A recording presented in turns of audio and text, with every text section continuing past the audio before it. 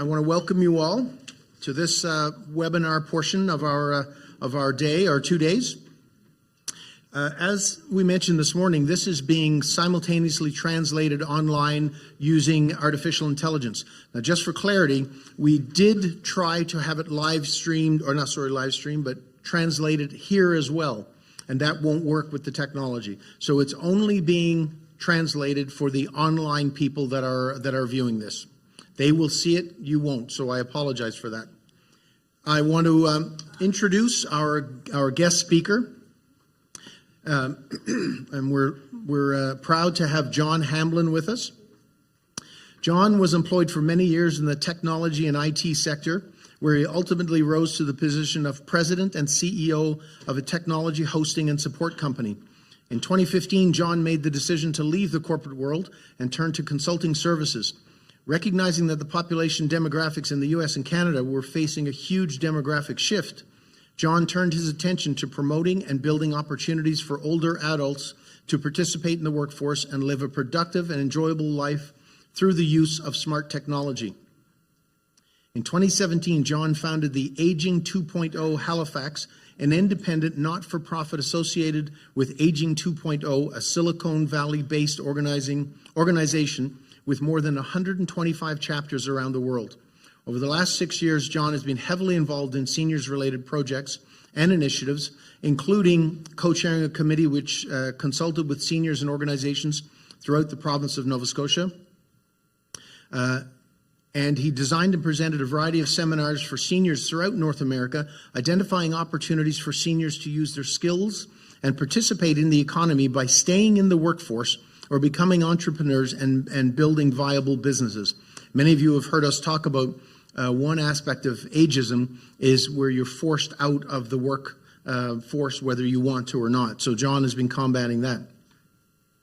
In 2018, John initiated a pilot project which utilized newly developed software combined with voice response systems to provide independently living seniors in Nova Scotia with tools to minimize social isolation and improve their daily lives through simplified voice-activated communications and improved access to information. In 2019-2020, John helped build a demo smart suite containing a wide variety of smart devices which has been utilized to train seniors in the use of these technologies and to demonstrate how these devices allow seniors to live better and be more in control of their environment and lives. And I've got so much more. John's got a wealth of experience. And I believe his Tinder profile is pretty much the same as what I read to you this morning. So I'd also say that John is graciously agreed to be here. He's not charging us anything to be here. We're covering some of his expenses because he appreciates what this association does, and I want to thank him as I will. So thank you, John, and welcome. Oh, thank you. Can you hear me? Is this on now? The mic's on? Yep. Great. Okay. Well, I will start by saying a couple of things. One, I got my wonderful badge here that says John Hamblin Presenter, and under it, it says Artificial Intelligence. And, you know, the more I think about, as I age, my memory goes and other things, I think the idea of having artificial intelligence is really, really good. That's number one.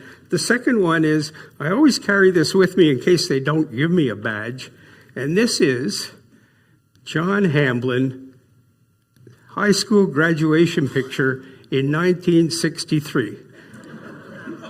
61 years ago. So if anybody wants to see how cute I used to be, you can come up after and look at that one. I want to thank you for inviting me. I tend to speak all different places about all different aspects of seniors and older adults and what they can and can't do and how they can benefit from technology. I'm combining several different presentations into this because it was only after I said yes, I would do it, that I realized that I had an hour and 40 minutes, which is a long time to talk. So my main topic is artificial intelligence and how we can all use it. Amazing, amazing stuff. But I also have two little subtopics that I will talk about first.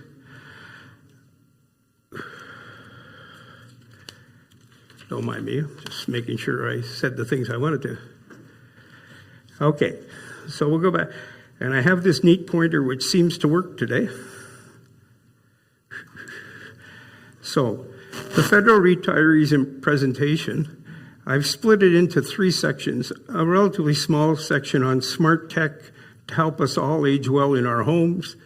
A section on the internet talking very briefly about shopping, streaming on the internet, and security things that you got to worry about if you're using the internet for anything.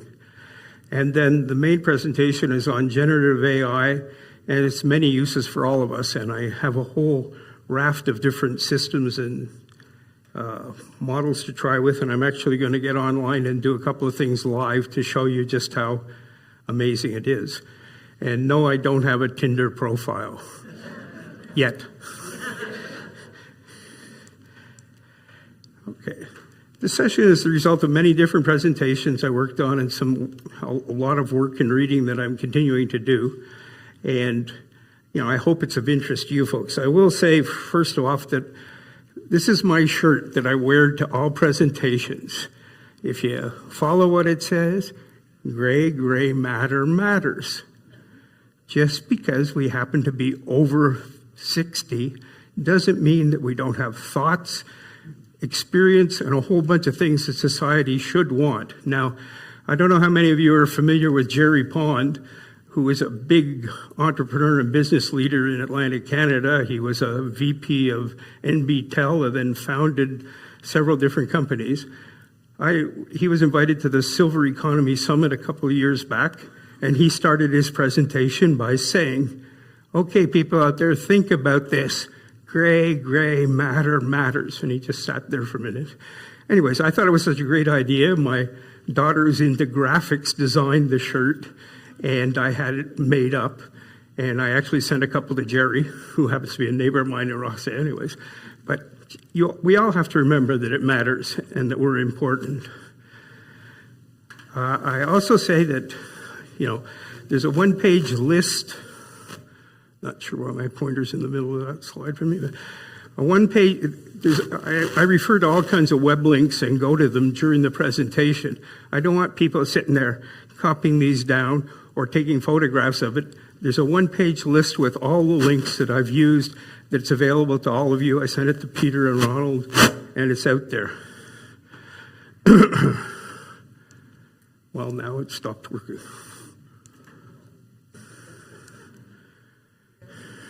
Where I'm coming from, and you've already heard most of where I'm coming from. I'm helping elders to age well, and that's the key to the future of our country. I mean, all you got to do is read anything on demographics. There's going to be more of us than them.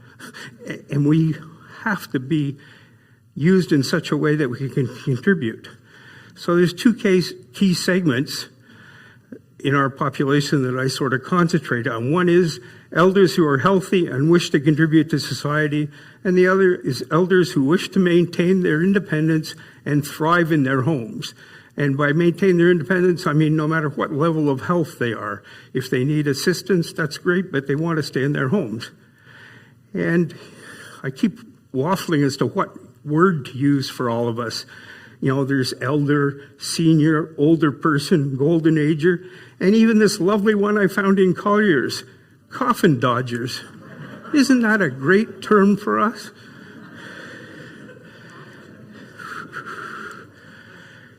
Okay, my vision for seniors. Seniors should be supported in every way possible to allow them to live their lives where and how they wish.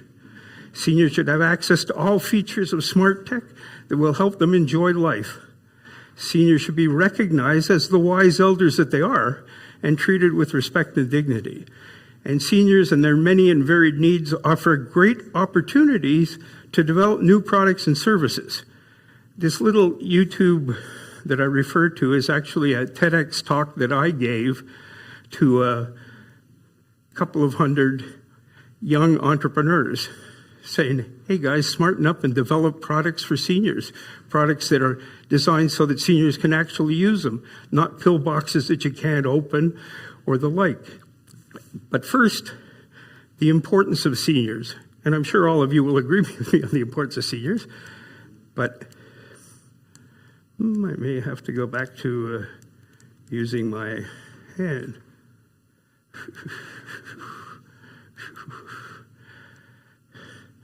The world is changing and we need to change with it. 65 was established as the magical retirement age when life expectancy was 68. If you are fairly healthy and have now reached 65, you will likely reach 90 plus, so you probably have 25 more years to live. By 2024 in the US and Canada, there will be 90 million people over 65, and by 2050, 2 billion in the world. And 99% of seniors wish to remain in their homes or communities and live independently. But every day, in every paper, on every newscast, we get another story about our aging population and how it will bankrupt us because we are all needy and frail. We need to change that thinking and recognize the demographic shift. It's an opportunity, not a tsunami. Seniors are awesome. Okay. Older adults hold the key to the future. The 60-plus population is diverse, wide variety of knowledge, skills, interests, and needs. And it's not one large group that may be categorized as old, frail, a burden on society. Some are rich, some are poor, some are healthy, and some are not. But, which governments, newspapers, and others tend to forget all the time, it is the biggest and most powerful segment of the economy. A recent survey said that we represent $7.8 trillion market in Canada and the US seniors. And it will reach $16 trillion by 2030, which would make it the fourth biggest economy in the world. 63% of Canadian wealth is controlled by those over 60. It is time to publicize the tremendous value we represent and build an economy that addresses our actual needs. We are awesome. Many of us need to or want to continue working, and we make exceptional employees. We are dedicated workers who have knowledge and experience and who produce exceptional results. With longer lives and the rampant inflation, many of us need additional income. Now I do a commercial for the organization I work with, Aging Proactively. Since I had this much time, I figured I was allowed a commercial. Aging Proactively Halifax mission. Our mission is to help build Atlantic Canada into an age-friendly community where all seniors enjoy living their lives to the fullest. And supporting those who wish to continue working is one key element of what we're interested in doing and resulted in our embarking on what's called the CAFE program. The CAFE initiative. It's a certified age-friendly employer program. It's a program to publicize the value of older workers, convince employers to hire and retain older workers, train employers on how to recruit and support older workers, and get certified as employers who are then monitored for their progress in hiring. And we actually vet whether, well, have you hired any other seniors? No, you just signed this so you'd get the certification. Well, too bad it's gone. Companies have found older workers can fill much needed positions, and that becoming age-friendly certified has true impact on customer acquisition and sales. This was found through the pilot project we did for the tourism industry in Nova Scotia, which was highly successful and is now expanding elsewhere. We're right now looking at New Brunswick and Newfoundland as the next two areas. A larger portion of older adults want or need to work longer. In Canada, 18% are age 65 plus, and Nova Scotia 21. 19.8% are now working past 65, nearly double what it was in 1995. The combination of longer life and limited savings has raised the fear of outliving assets, and inflation has had a tremendous impact. There was a survey put out recently in the UK that a retiree needed £100,000 more to live comfortably in retirement than he needed 2 years ago. It's hitting everyone. So worried about outliving their savings, the labor force participation of older adults will continue to rise.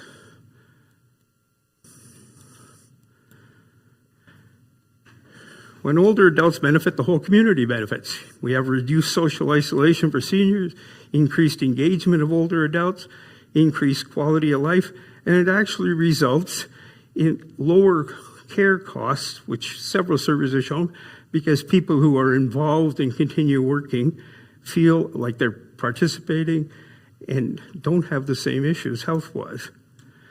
So our solution is the Cafe Canada program. It's assisting businesses in becoming age-friendly. Value the work of older adults, maintain policies and practices to support them, value employee knowledge, maturity, reliability, and productivity, and commit to meaningful employment development opportunities, competitive pay, and regular benefits for older adults.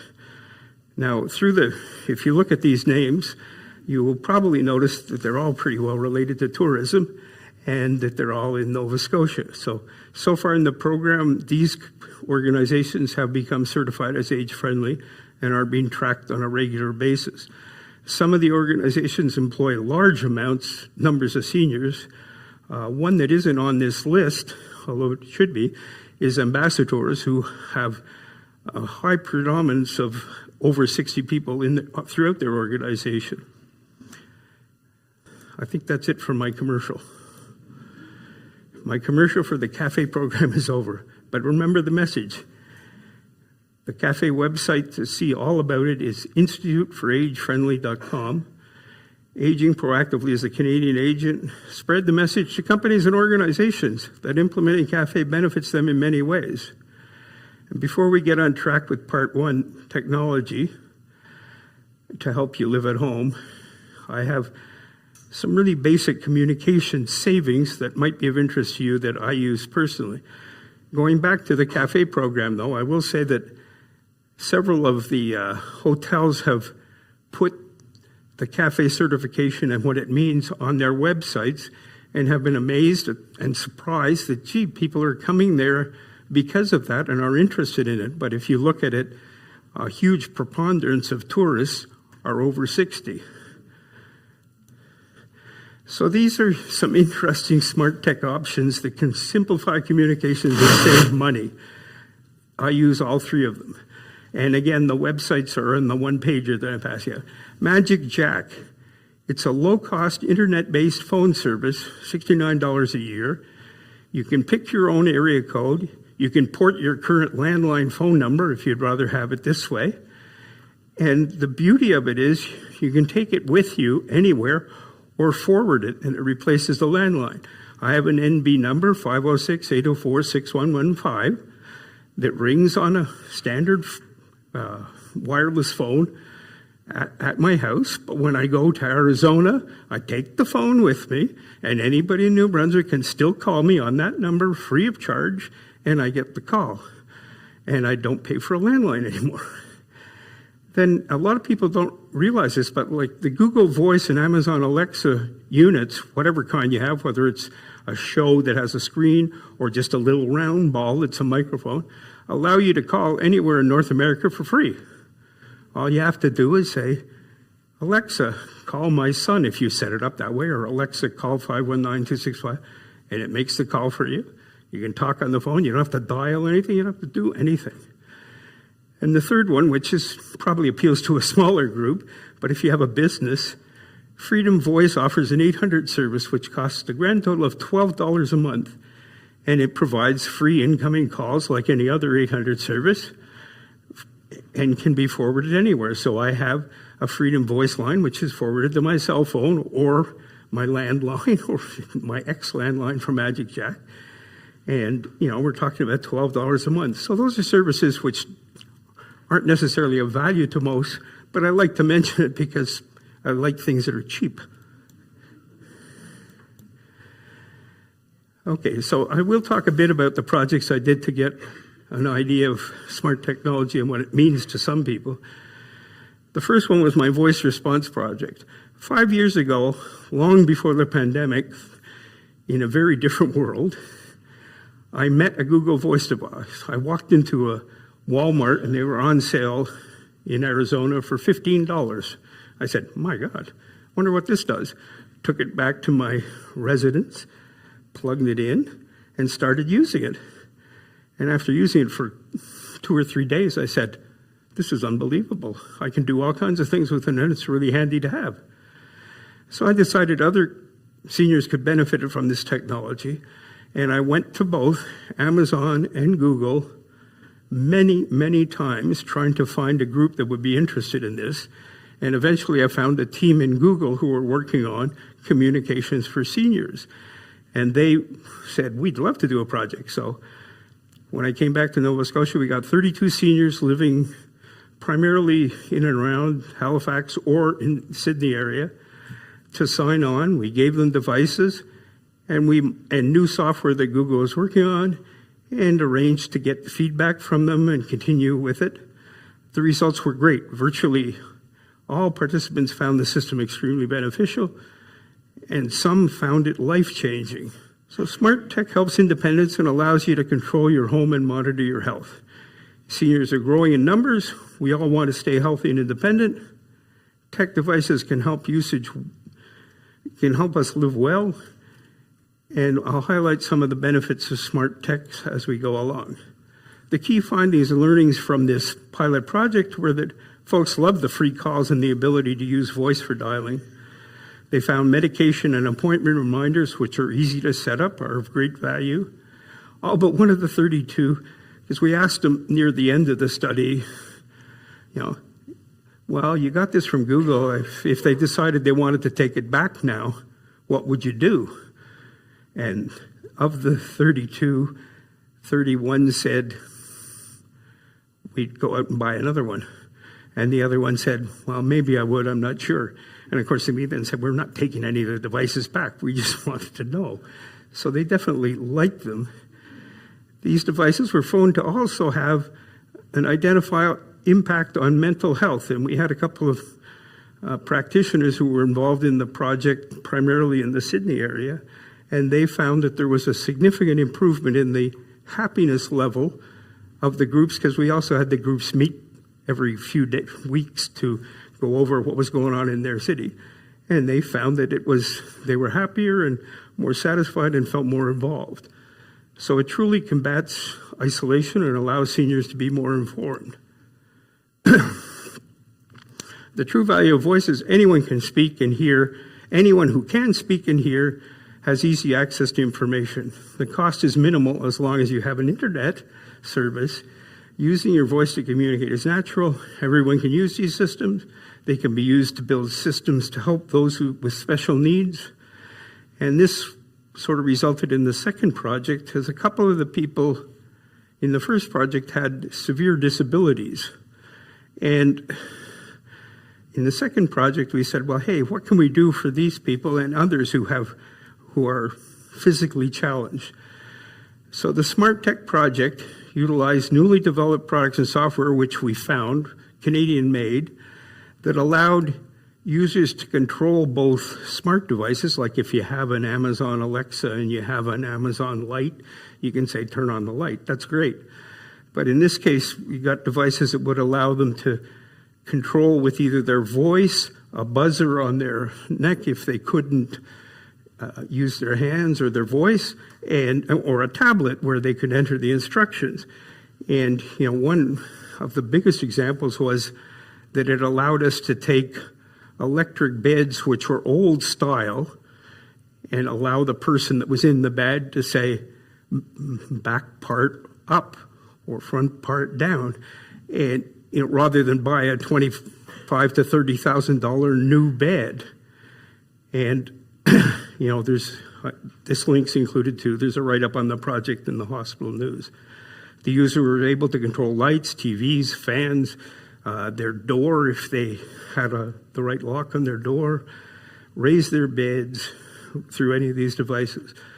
The project started with 30 clients in a long-term care facility, and then the pandemic struck, which was awful for everyone concerned.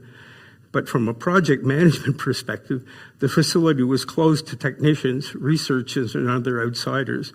Residents and equipment were moved from room to room to separate them up more, and lost part of the equipment, and service and support became impossible.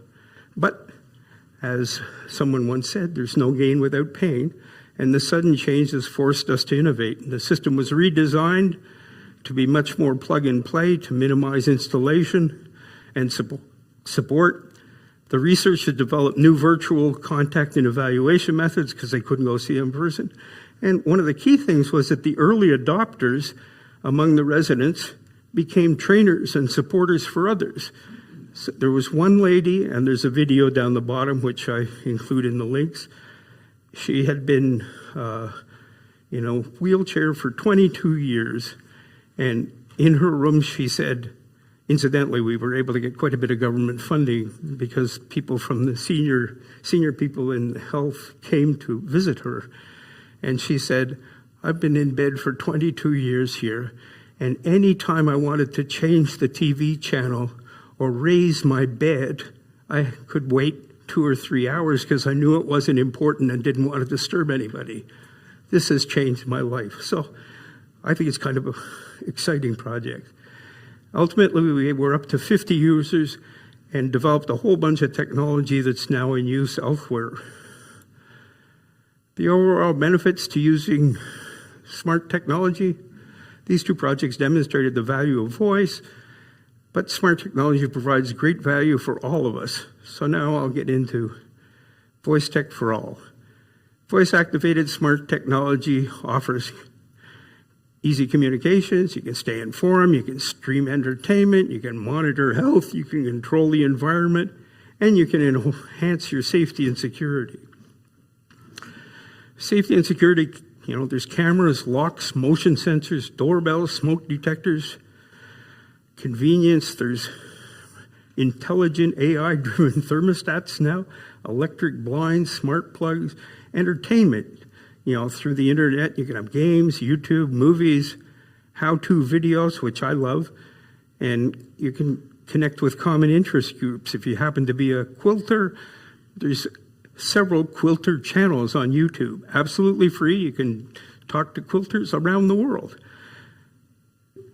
Also, it's great for proactive health monitoring so that people know, your medical practitioners, your nurses, your caregivers, and yourself know your vital signs and other things. I have a smart watch here that gives my blood pressure, my heartbeat, and says that I've gone 4,600 steps today.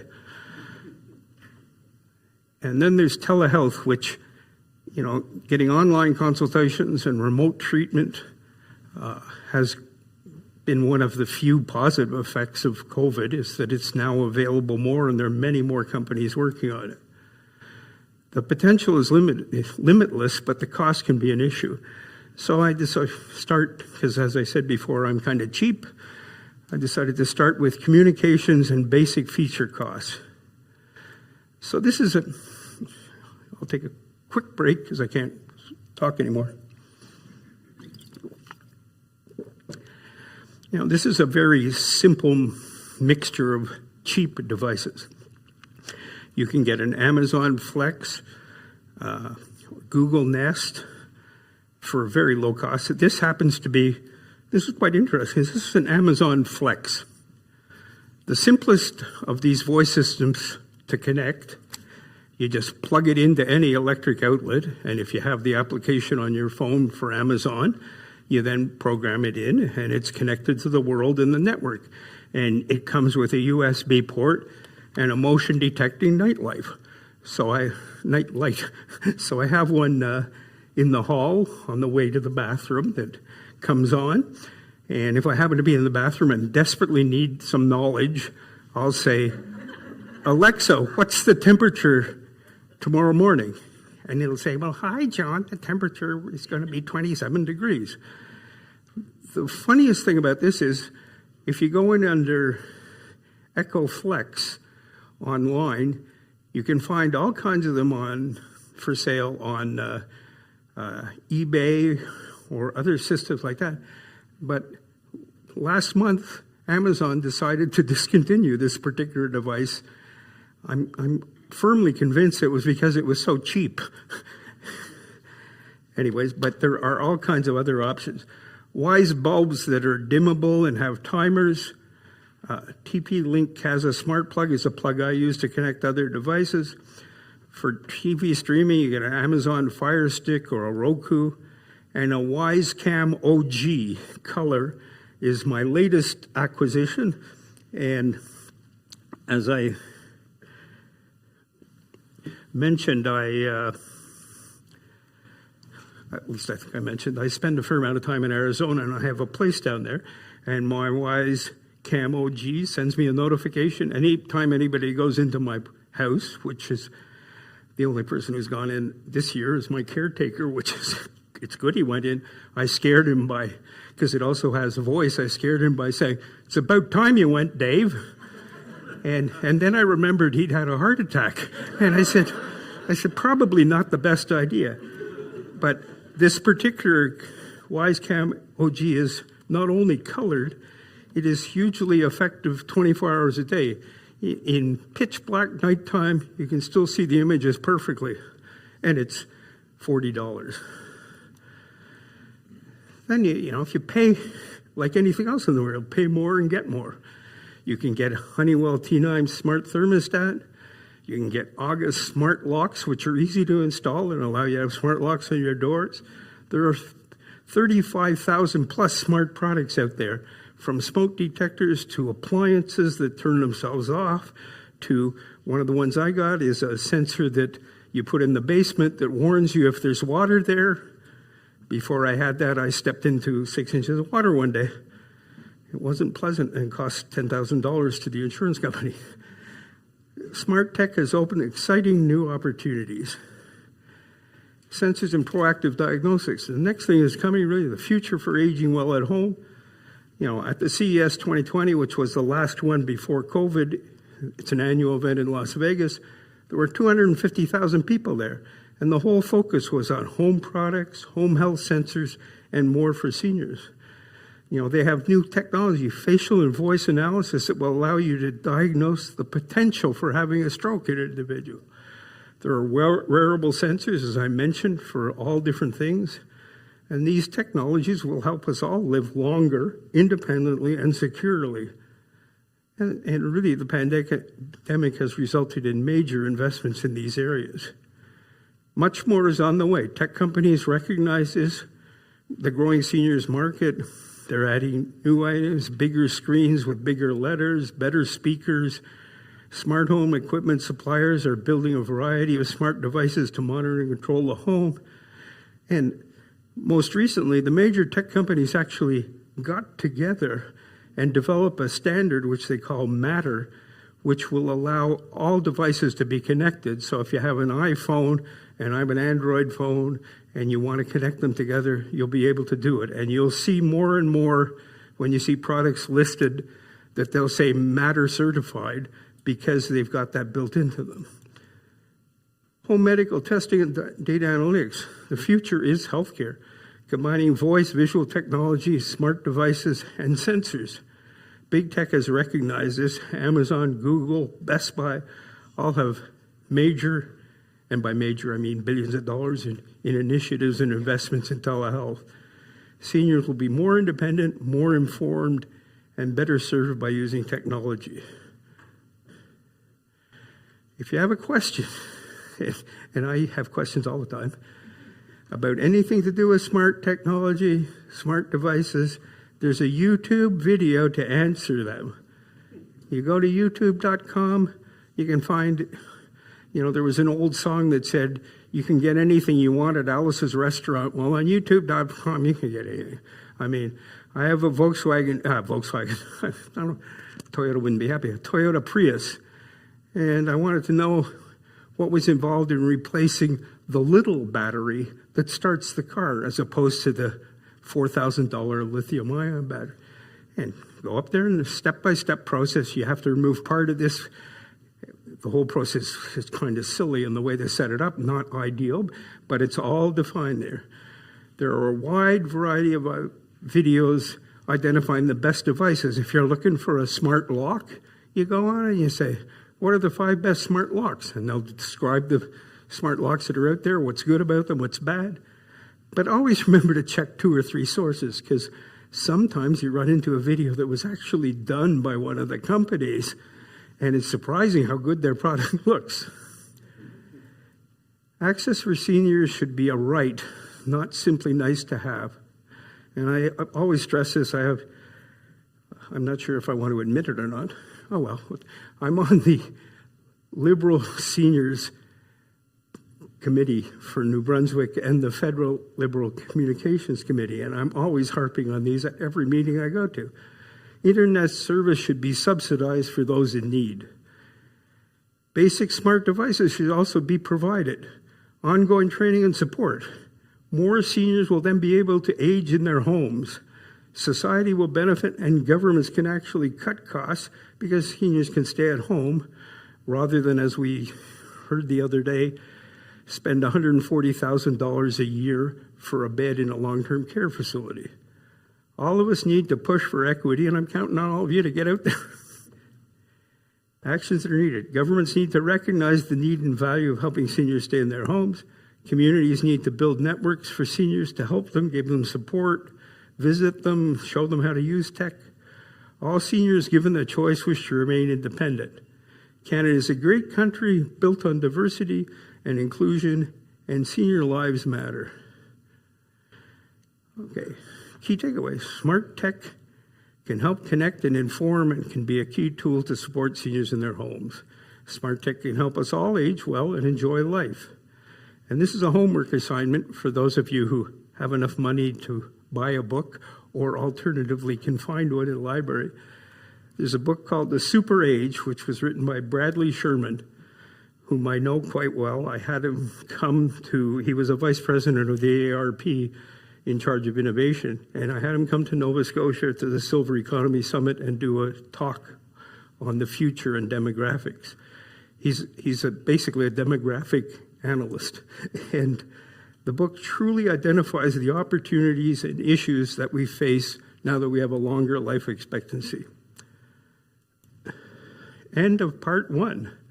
John Grumpy Hamblin is my name, and the Grumpy was, for some reason, my two granddaughters, when they were age 3 and 5, decided that I should be called Grumpy, which at the time was kind of cute, but now that they're 16 and 14, if we go to a store and they yell across from another aisle, "Hey, Grumpy, can I buy this?" people look at me like I must be some awful ogre. Now, there's my email. If you have any questions on this part, you can ask me now, save them for the panel discussion, or email me at that address, and I definitely will respond. So I said that after each session there would be, if you have questions, feel free to come up to them. I can ask them. Otherwise, you get a 5-minute break while I set up the next one, and you're supposed to get up and run around, or at least stretch a bit, or do something. Get a coffee.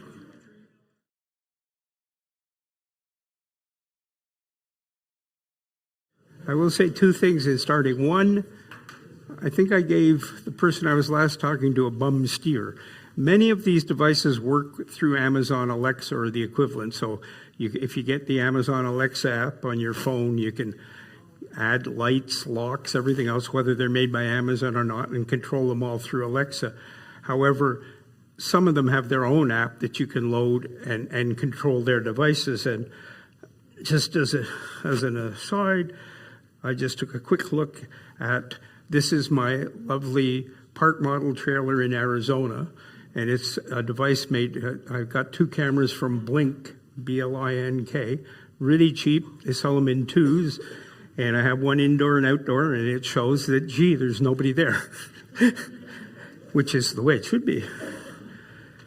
Does, pardon? Does that have two-way communication? Two-way communication. Yes. Oh yeah, it allows me to yell at them too and say, "Get out of my house," or leave the parcel outside, you dummy. But or something nice too, like "Thank you for coming to take care of the place." The other thing that the fellow in the pink shirt, has he hidden somewhere? Disappeared. He did say, he asked me if he had my permission to send the presentations to the attendees, and I said, by all means.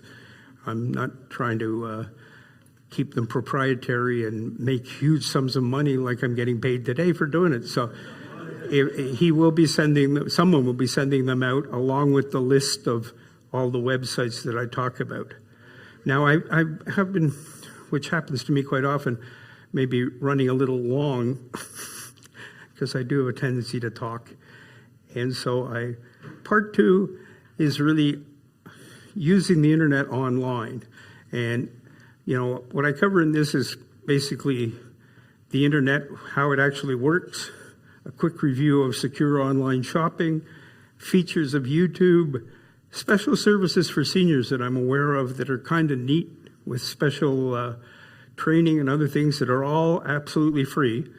Free and paid TV, which I'll just browse over because you can find that out from YouTube.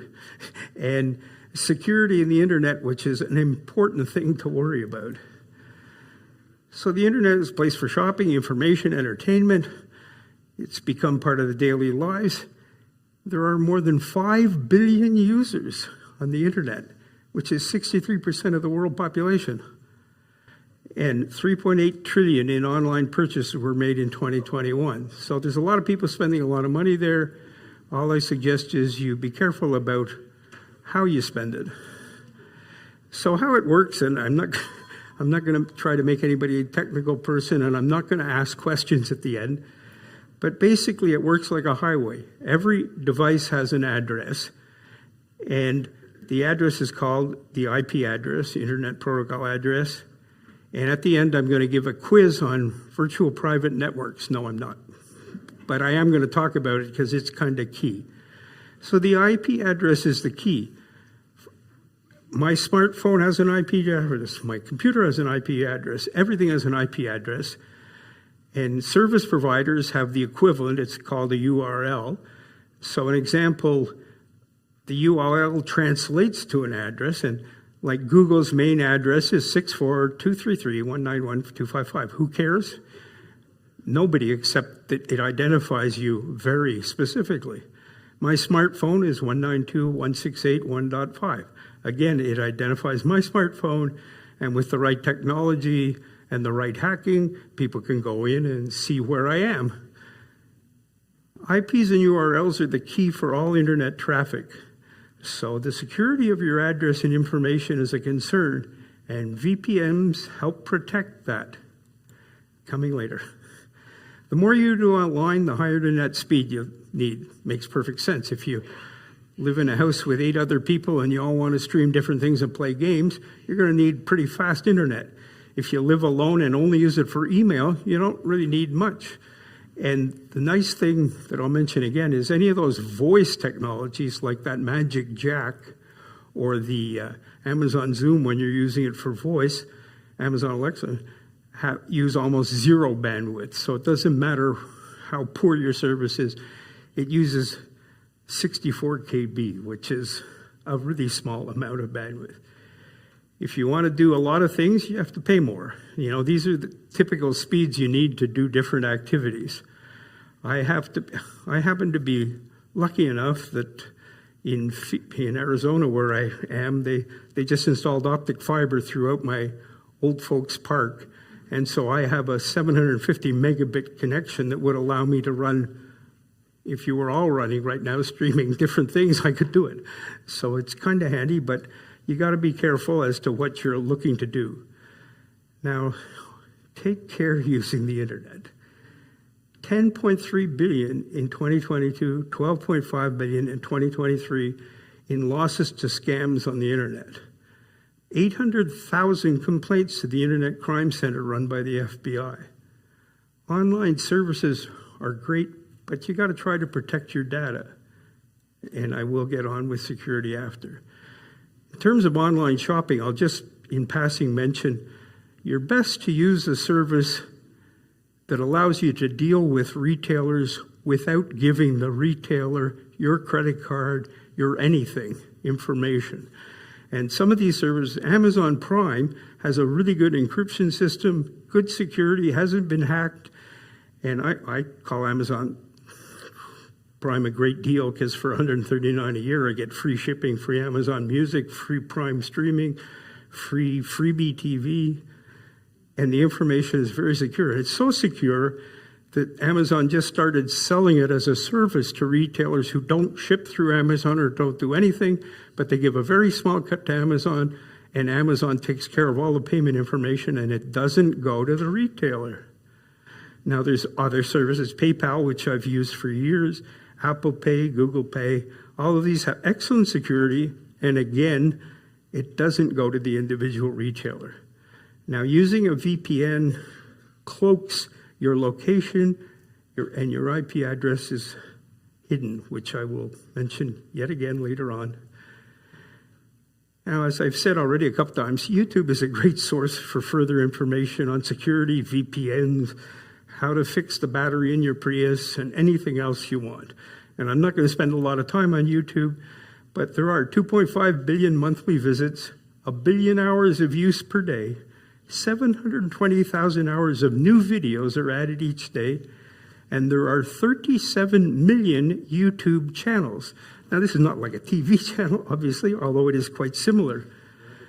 So, accessing YouTube, you go into youtube.com, you can, and I always use free services. I never pay extra. They have a $15 and you don't have to see any ads. Who cares? I'll watch an ad so that I can see what I want to for free. You can go to Explore and see what's available. You can do how-to videos on almost anything. And of course, there is a how-to video on how to use YouTube. And if you're interested in getting rid of cable TV or whatever else you have, there's a whole bunch on how to cut the cord and stream TV and movies. There's also music galore, movies, entertainment. I happen to be a big fan of Leonard Cohen and the song Hallelujah. If you go on there and you search Hallelujah videos, you'll get at least 20 different videos ranging from one person with a guitar to the Mormon Tabernacle Choir. To actually, there's one where they had 5,000 singers in a hall do Hallelujah, which was the biggest one. You can search for classic rock videos. If I don't know what I want to listen to, I go, classic rock videos. I look and say, oh, geez, I haven't heard them for a long time. You can go to movies, see what's available, and of course, watch how to use YouTube. There are 37 million channels, as I said. Now, an example of one channel, which I refer to in the next slide too, is Tech for Seniors. This happens to be, maybe I'll go into it, maybe not. A friend of mine in Arizona who was a doctor, a medical doctor, and had done all kinds of neat things on interfacing to medical devices to check for things like atrial fibrillation and that kind of, and was a true tech nut, decided to start Tech for Seniors. And this organization is absolutely free. They run 2 webinars online every week, and they have maybe 500 videos on different aspects of technology, from how to use a smartphone to how to secure your devices to whatever else. Absolutely free. His name's Ron Brown. He's in beautiful, I think it's Comox, BC. And as I say, he has another couple of people that work with him. But, you can go on YouTube, enter your area of interest, as I mentioned, like quilters before, and search and see what is available, both in terms of videos and channels. Now these are, and again, this is in my list of things, several sites that are dedicated to seniors. Techboomers.com, they have courses and information. Techforseniors.com, weekly meetups, YouTube channel, as I mentioned already. Seniors resources, articles, tips, and more to assist seniors. And one that I'm quite proud of being involved in is that I was on a committee with AgeWell, a big foundation based in Toronto, and the director of Best Buy Health, Sarah Agvami, to look at developing free tech courses to provide online training for seniors. And they've really just started this. I think they have 4 or 5 courses, but if you go into Digital Citizen at bestbay.ca, and I did ask her if it was also open to my American friends in Arizona. Anybody can go in there and see what they have in the way of courses. Now, I won't go into this a lot. There are low-cost TV internet options. A lot of people want to cut cable or want to save money or want to do things. and there's some services people don't necessarily know about. Hoopla and Overdrive are services provided through your library. If you have a library card, I have a Nova Scotia card, which I still have even though I don't live here anymore, and it still works. I can go into Hoopla and Overdrive. I can find books that I can read online, movies that are available, all for free. You can get an indoor over-the-air TV antenna, no internet costs, $30 to $200, a Roku stick, a Fire Stick, and there's a website that even tells you which sticks are the best. Then there's free IPTV services, and IP means internet provided TV services. And some of them are the ones that I've listed here. I have, and many of them also have a paid session. I just go with the free ones. I have a Sling free TV one. I use Pluto quite regularly. There's another one called Tubi that's available through my Roku stick. I can get a million different old shows if I like them. I still like watching The Rifleman, which maybe none of you were your favorites, but I used to like Chuck Connors. And then there's paid streaming services, and there's all kinds of them too. YouTube TV, which is actually pretty expensive, it's $72, I think, a month, has literally hundreds of channels. You can do unlimited recording in the cloud, so if you like to record shows, you can keep them forever. And there's all these other services too, plus many more. I happen to have DAZN, D-A-Z-N, and Sportsnet, and TSN, because I happen to be somewhat of a sports fan. Paid services choices, you compare them, the paid streaming services, what do you like? There's this one which shows you what's available, and there's actually one which is a very big site that shows you all the channels that are provided by each of these main services. So you can check out all this. So, you just have to look at it. What do you want to watch? If the service offers your must-have channels, does it offer local channels? Does it provide DVR recording if you like that? Do you get enough simultaneous streams? If you run it on 2 or 3 TVs, you don't want one that only works on one. And is it worth the money to you?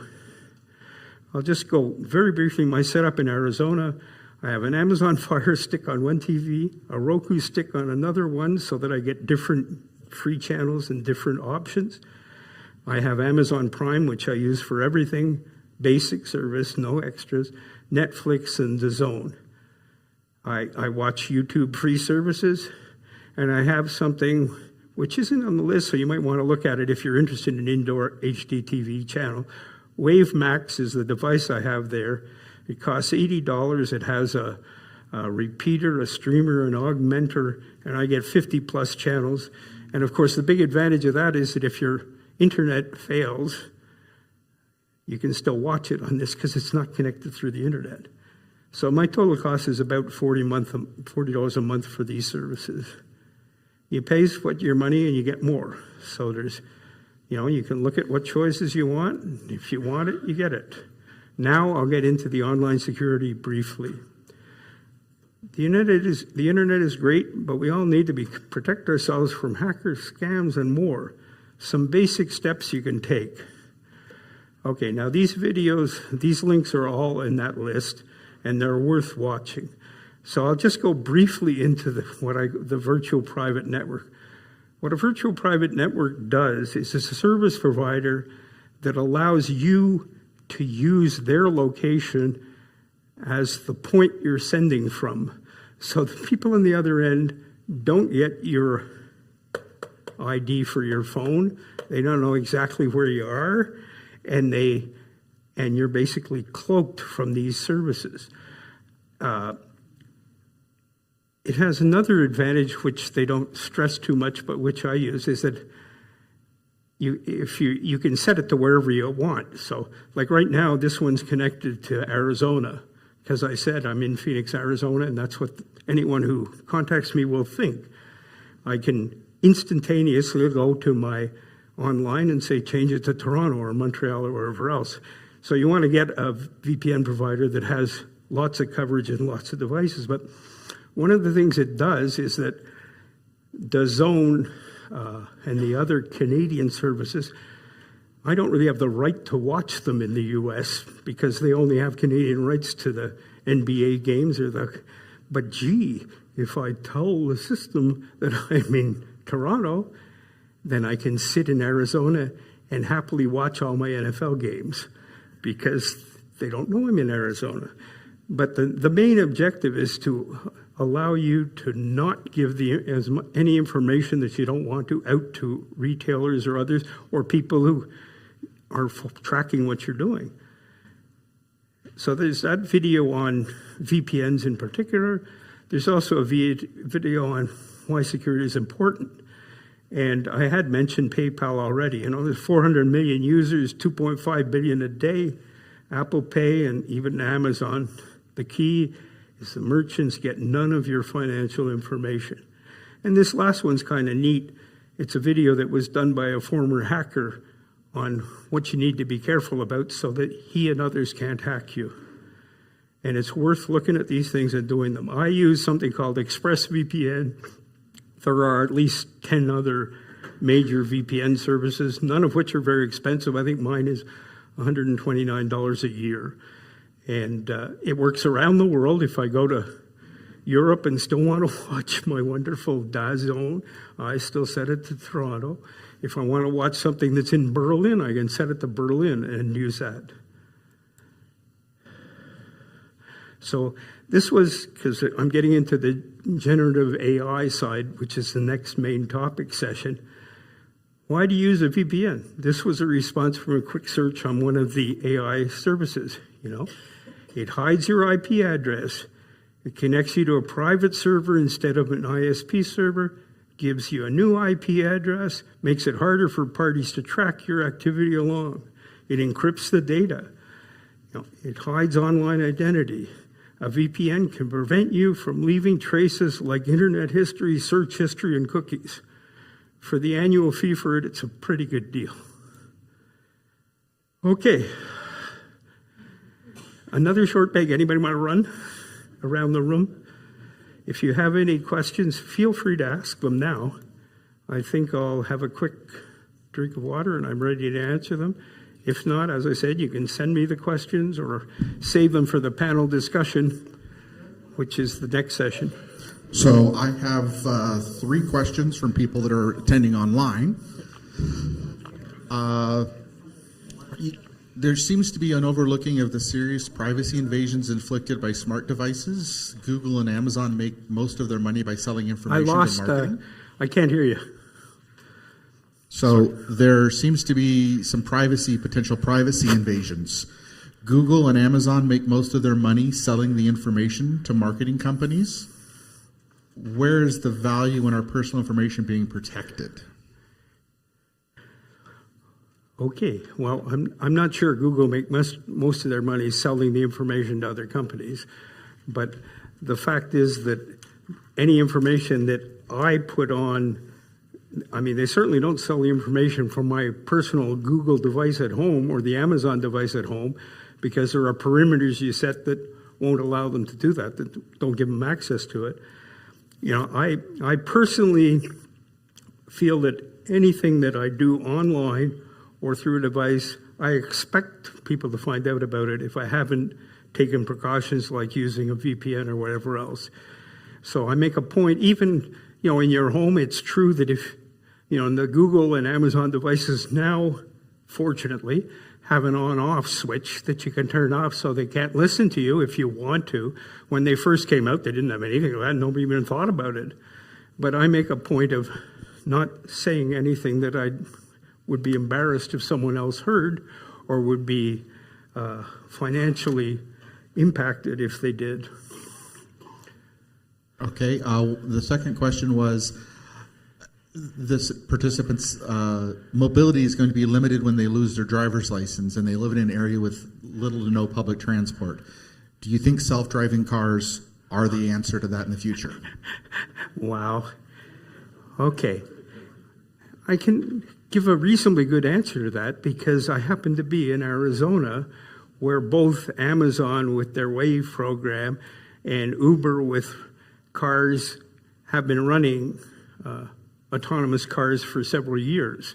And 2 of the people who live in my very large retirement community are actually administrators for the WAVE program and actually track where the cars are and what they're doing. Do I think they'll be the answer? Maybe in 20 years.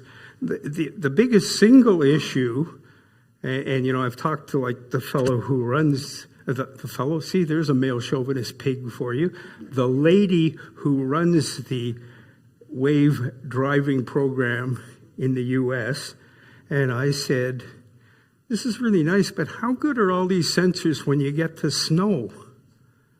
And she said, it's a huge issue. You know, the sensors, the cameras, I mean, if you come out of your house and there's a foot of snow all over your car, it's going to be pretty hard for it to drive itself because it won't be able to see. You know, so there's some major issues. And, you know, it's the same as the issues with EVs, you know, which is a big problem. If it gets cold, the batteries don't work as well. So you get an EV that they say has a 300-kilometer range, and you bring it to 20 below weather, and it's suddenly 100 kilometers. And if you don't remember that, you could be in a pretty bad situation when you run out of here. So, you know, they are coming. They're doing all kinds of work on it, and some of the ones who have done the most work, like Amazon, are now giving the technology open source to other companies to encourage the development of autonomous vehicles. And, you know, eventually it'll be really neat for people.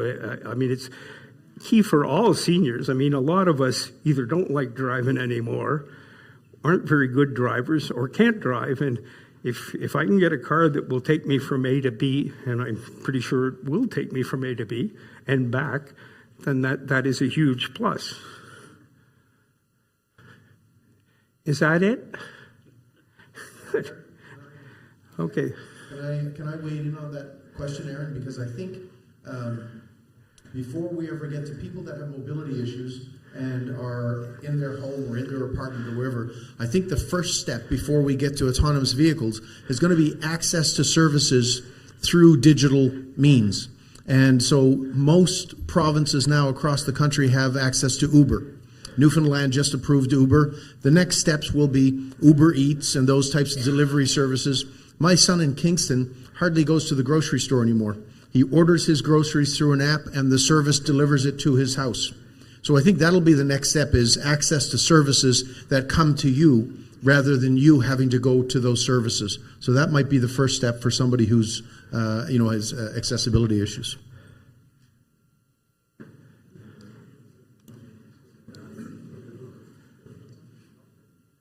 Nobody wants a break now? Okay, that was the break.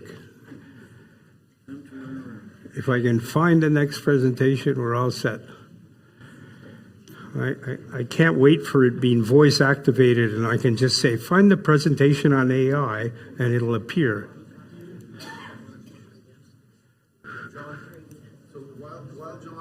Can I get this? While John is finding his you go ahead and find your presentation. And so we're just talking about YouTube and whatnot and the technology. But so my phone is a Google Pixel phone. And if you have a Google Pixel phone, then you get kind of a heightened access to YouTube and those types of services because it's the same company. So I get unlimited free downloaded music from YouTube because I have a Google Pixel. So that's another cost savings. And I mean, you know, the music that's available on YouTube, it's incredible. It's whatever you like to listen to, you can find on YouTube. And because I've purchased that phone, as opposed to Apple or another Android phone, it gives me that unfettered, free, unlimited access. So, Okay. On my phone. Yeah. Okay. Do you have a question? I can't hear you. Okay. Now, with AI, is the different government looking at using AI to clearly identify, let's take my region, the need for senior apartments, lodging, and things like this? It looks to me they're always running behind. They don't know. With this tool now available, why can they not clearly identify the requirement by region or by town, by city, by building, for all I know? Do you know anything about that? Yeah. In fact, they can if it's set up properly. I was talking to an old friend who happens to work for TELUS, and TELUS has a system. Basically, they were looking at the Fundy Trail, and they wanted to do an analysis of who takes the Fundy Trail. And so through TELUS, they were able to identify the age, when they went, what areas they went through, and they can do all these things for all of them. The question is, do they want to, and who's going to pay them? Yeah, because really that's what it comes down to. And I'm going to go through a whole bunch of different AI examples here, but the side I'm looking at here is, what is generative AI and what can it do for me or you or anyone else? Not the scams that are out there and issues that are out there and fake news that Trump sends out there and whatever else. But so it's an explanation, very short explanation of the key terms, AI uses and examples, and a bit about AI in the future. And I'll check the time to see how I'm doing. Oh, I got plenty of time. Jeez. I do. I think I have plenty of time. Boom,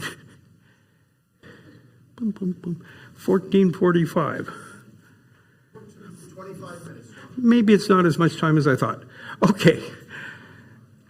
The key element that started AI in many ways is neural networks, which are mathematical-based systems that learn skills by finding statistical patterns in enormous amounts of data. Aren't you glad I told you that? Example, by analyzing thousands of cat photos, it learns to recognize a cat. Whereas you can recognize a cat as soon as you see one. In 2018, they started developing what they call large language models.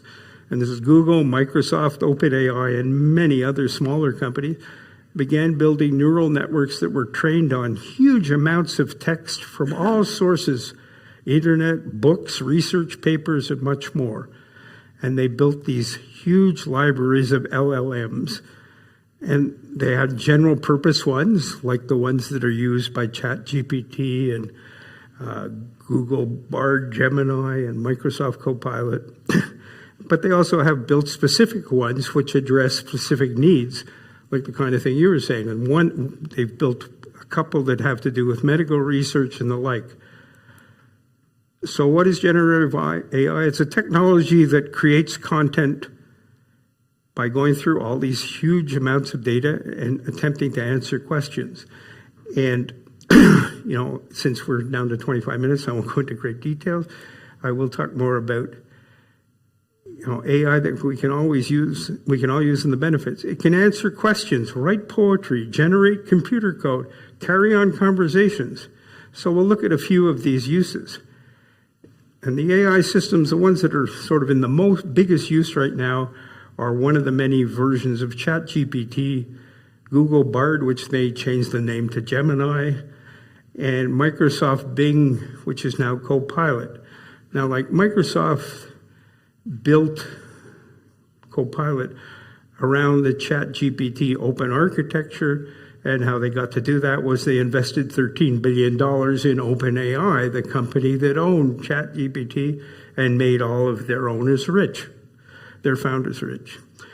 And the newest one that I've started working with a couple of weeks ago is called Claude 3, which is kind of a weird name, except Claude Shannon was one of the mathematicians that first got involved in AI, and they decided they wanted to name it after a guy because everything else in AI seems to be female. So we'll concentrate on these. So we'll look at some of the many useful features. Editing anything you write. You can use AI to review anything you write and suggest improvements. It can improve your emails, cover letters, any other writing, your resume. It will provide suggestions which you can ask to refine. If you get back the first version from AI, and you say, well, that's really nice, but I really wanted to know more about this. It will say, oh, Mr. Hamblin, it's such a pleasure serving you, and give you more details. They do tend to interact in such a way that they feel like they should be your best friend, and I personally don't like a computer as my best friend, but it still works. If you're rehearsing real world situations, you have to have a talk with your son because he happens to be into drugs or booze or spending money foolishly. You can enter all the information into AI and say, what the hell can I say to him? And it'll come back with some absolutely phenomenal ways of addressing this topic with him. And you can rehearse the whole conversation. You can get you thinking if you're stuck. If there's several companies now who are using it with their development teams.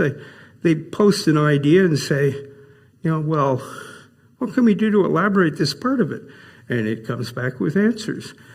This Ethan Mollick, used AI to develop ideas in the Wharton School of Business, one of the most renowned schools of business in the world. A person who wanted to start a bakery, you can go to ChatGPT and say, what do I need to start a bakery? And it'll look at where you're based if you've let it know where you are, or you can tell it where you are. And it will list all the necessary equipment you need, permits you need from the government, you name it. So organizations and training groups are using it all over the place. Summary notes for everything. I love this. You can feed a large document, or a large technical document, into AI and say, what the hell does this mean in ordinary English for a common man? And it'll come back with a summary. And you say, geez, I didn't know that's what that meant. It is scary fast, too.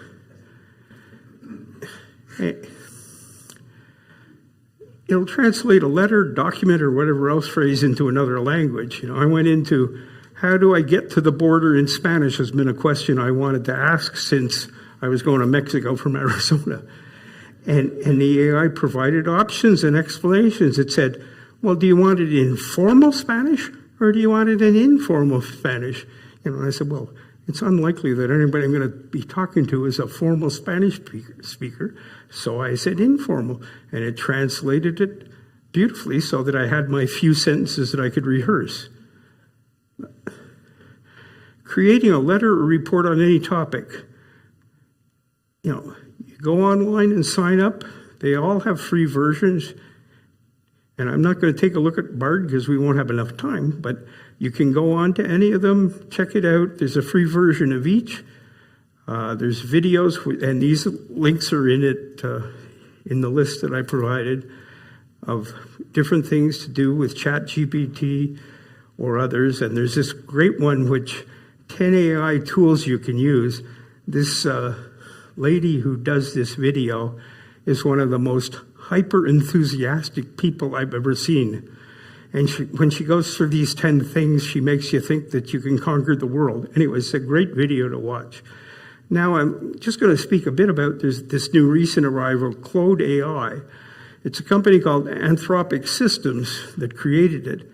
And the founders of Anthropic were 3 people who were found in the founding engineering group of ChatGPT.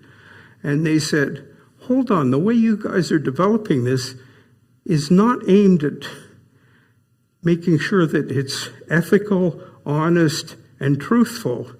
And you're not building in any protections for anybody, so it can be any kind of news that it comes across, it spouts out as though it was a fact. So they decided to form what they call a constitutional AI, using a framework developed to align AI systems with human values and ensure that they are helpful, harmless, and honest. And it's catchy on it. They only released it March 15th, so it's a pretty new product.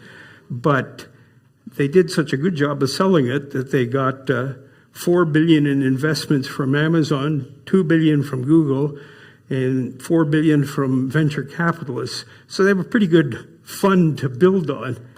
And it, if you go into Claude AI, which is also on the list, you will see that it has some amazing capabilities and really comes across as being honest. And to the point where I went into Claude AI and said, what makes Claude AI better than ChatGPT or Microsoft Copilot? And the answer was, well, I can't tell you what makes it better because I don't have this data in my data bank. But I will say that the company that started it, which I am part of, Anthropic Systems, spent a lot of time analyzing what was out there and building in things that will make it safer. It was a really honest, straightforward answer. You know, I was really glad to see it, and I plan on using it. Now, the last one I will mention is something called Channel One, and you can look it up online. That's the link. This is a news service that is just about to go live that was developed by two news producers that uses AI-built people, clones, whatever one wishes to call them, to say the news. And, you know, you'll be able to pick, like, if I happen to be a male chauvinist pig and want the news to be told to me by some gorgeous blonde, I can pick a gorgeous blonde to tell me the news.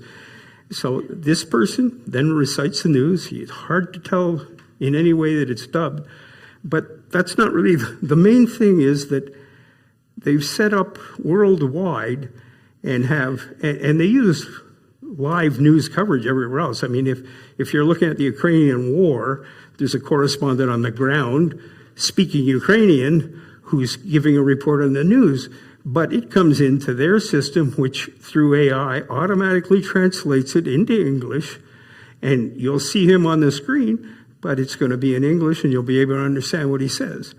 And they have a whole system in place for verifying news. So, and I shouldn't say this, but having just come from Arizona, I'll say there won't be many news items from Trump on there, because it has to be stuff that's true. But, I shouldn't have said that in front of a mic. Next time I go to the States, they'll stop me at the border. It is the future, and we all should embrace it. You know, some of it's scary. There's people talking about losing jobs, but there's also many more jobs in new areas, and it's going to happen. None of us are going to stop it. You know, business is going to change, and generative AI is here to stay. Have fun and enjoy it. Now, again, I'm not going to the questions right now. I think I have a couple of minutes left. Yeah, okay. So I'm actually going to go to a few, if I can get out of here, a few examples. My mouse doesn't like me? That sounds ridiculous. I don't feed it enough cheese, I guess. I don't know.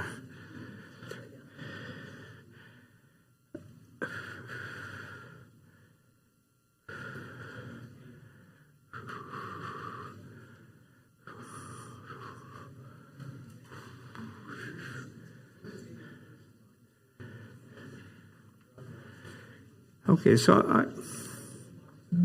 did you want to do something? Oh, no, I just want to make, you might have to, do you want like this to be up on the screens? Huh?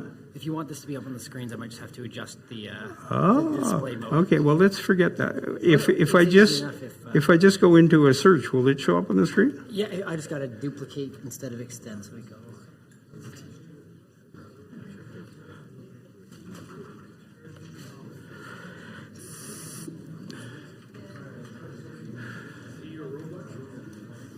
No, he's not a robot. He has real intelligence, not just artificial. And my artificial intelligence chip hasn't hit this part yet. Now everything you do here is up there. Oh, something went wrong. I take it back. Where is this what you were trying to get to here? This address, or were you just trying to get to a? I was trying to get to a website. Yeah. Try putting it in. See what we get. Okay. Show you connect to the internet there. That's the one. That's the one. Well, it seems to be coming out.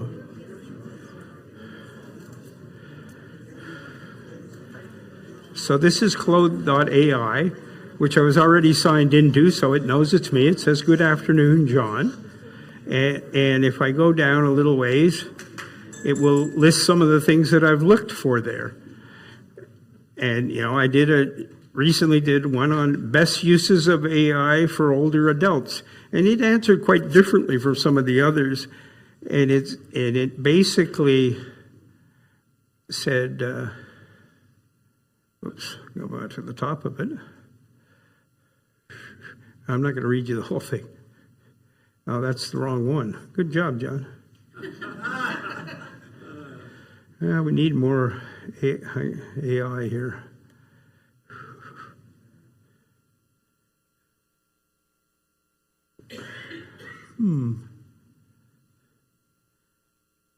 Well, maybe I'll look at this one since we don't have too much time. It's going to come out with the right one. So this one, this was back when I was trying to decide which AI I thought was best. And this is what Claude said. There's no definitive best AI service. It depends on your specific needs and use cases.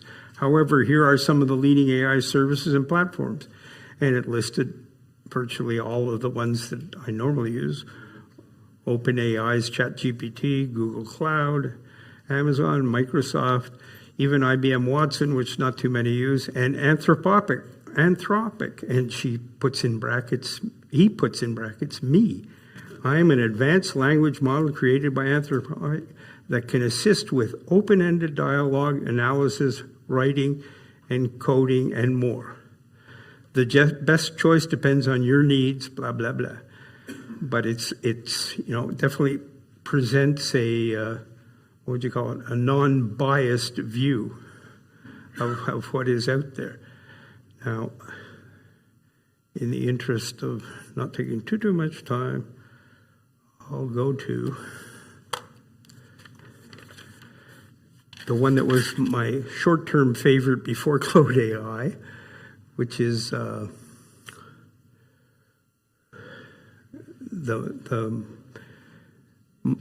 Microsoft product that they released very recently.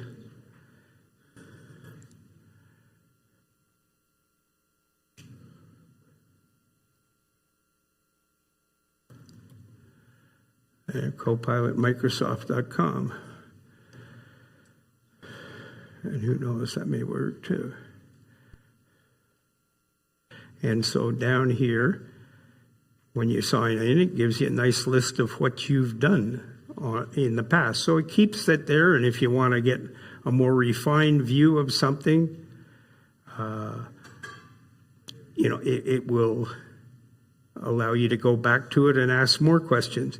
This is an interesting one down here. I went through, I said, have there been any lawsuits against ELS? ELS happens to be the company that owns my retirement community in Arizona and 200 other retirement communities. And lo and behold, it says, why, yes, there have been. And it lists all these things about price fixing, having poor water and infrastructure, all the things that we face that they're being sued for.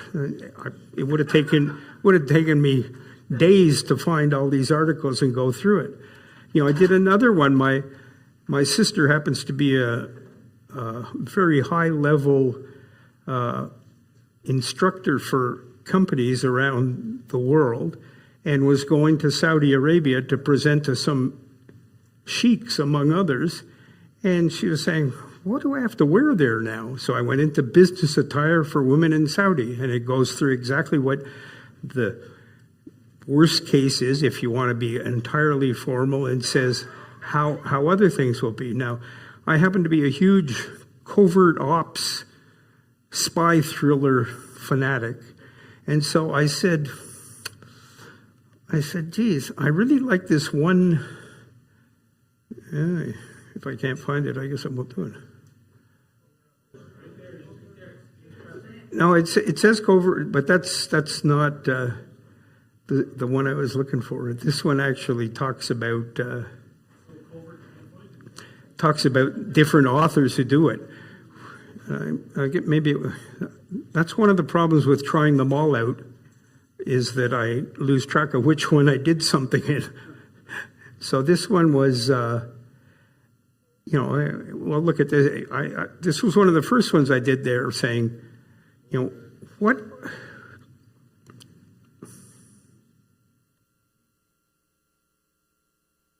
I don't think it likes me today.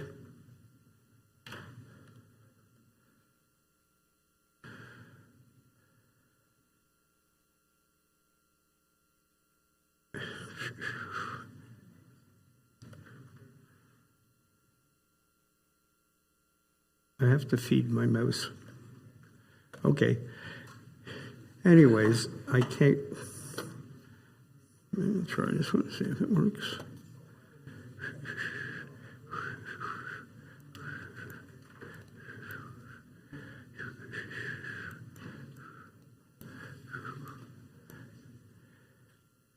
Okay. The value of including older workers in your diversity and inclusion program.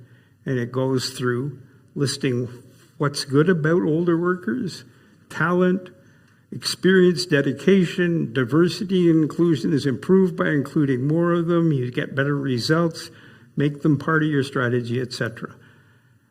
The responses, I'm going to try one more because I'm really annoyed that I can't find my wonderful story.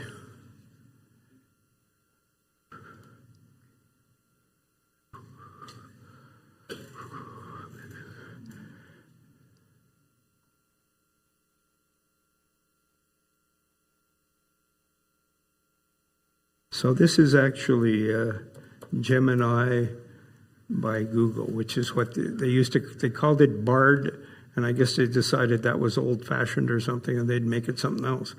So they changed it to Gemini. So if we look at here, they have recent ones on this side that I've already done. Oh, I guess activity is the easiest one. If I go to activity, it lists all the stuff that I've done with them. And so we go back to, like I've used it, if you just look at the topics, I mean, I use it for pretty well anyways. Anything. I was looking for day trips from Phoenix, Arizona, and it gives you a list of the 10 best, how long they take, what you see, why you'd want to go, whether you need to walk or you can do it in a car. You get whatever answers you want.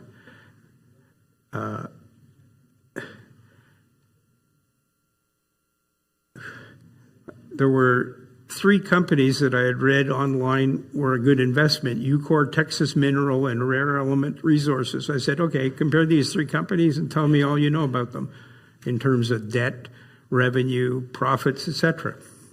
Goes ahead and does it.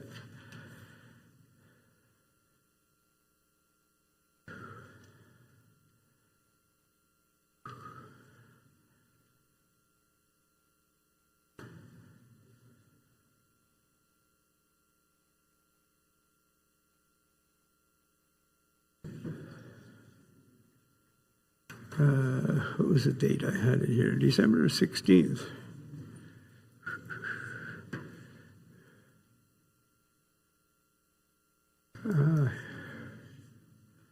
Okay, here's one.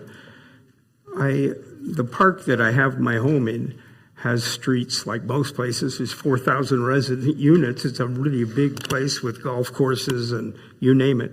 But the street I'm on has one light at night, one street light. And it's in the middle of the block, which makes sense, but it's connected to one of the people's power.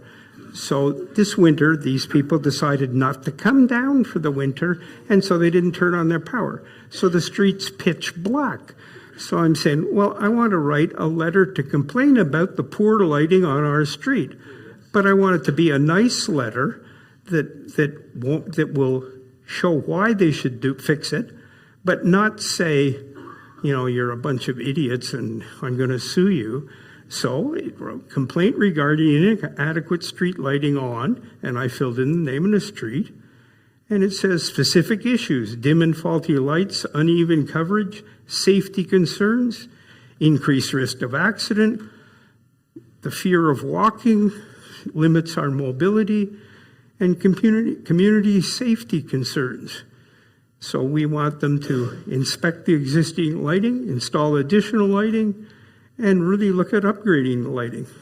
And this came back in like 10 seconds, and then I adjusted it and sent it off, and I'm still waiting for them to fix the lights. It at no time promised that people would act on it, but it also got into things like they're open for litigation, for suing if somebody gets mugged or robbed or whatever else. But it's just, and those are just a few of the millions of examples, but I suggest that anybody try it out and see what you can find out about anything. And the beauty of it is that it's very much, as it says, generative. So if you ask it a question and the answer doesn't really answer what you want, you just follow it up. You say, well, that's really nice, but this is what I really wanted. And it says, like a good friend, oh, okay, I misunderstood you. Would you really like this instead? So it's fascinating. And I've managed to go to 243. So all I can say about generative AI is that I'm sold on it, and I use it every day for something. If I want to find out something about a stock or find out about a company or find out how to do something, I just ask it, and it tells me. If it doesn't know, it says, I suggest that you look at this for more information. I mean, it's very intuitive, and I'm done. If you have any questions, by all means, I'm still here. You are for another little while, for sure. Yes, that's right. Yes. So can we activate the mic on the podium there? And turn this one off so that when I swear, nobody hears me.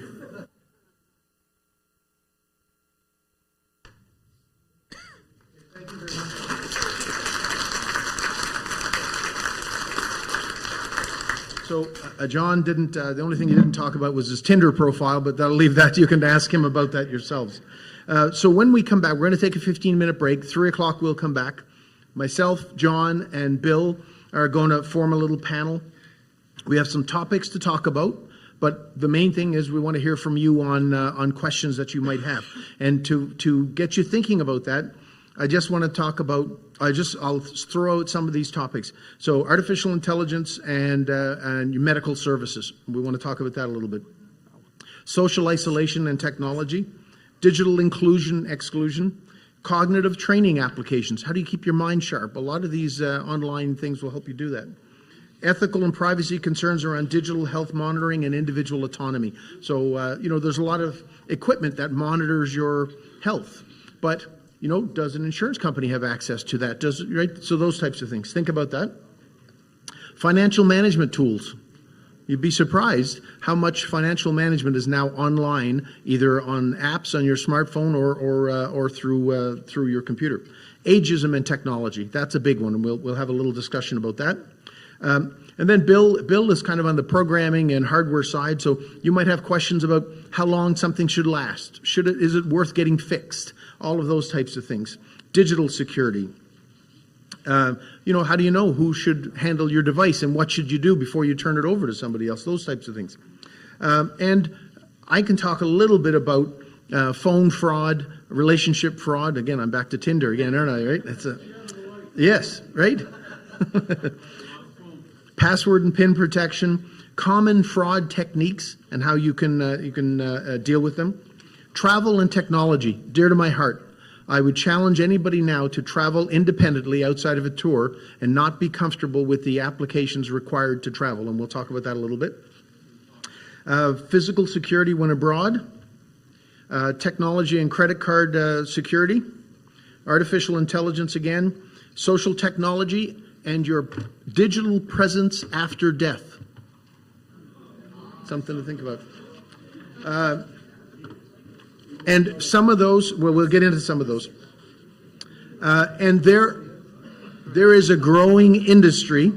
There's a growing industry where prior to your death, you can upload whatever you want. Photos, narratives, storytelling, singing, all of those things. And these people will keep you alive digitally for your family, grandchildren, all of those things. So interesting stuff happened. So these are just a few topics. And Yeah, so come back at 3 o'clock. Think about some questions, things you want to know, and we'll see you then. Thank you.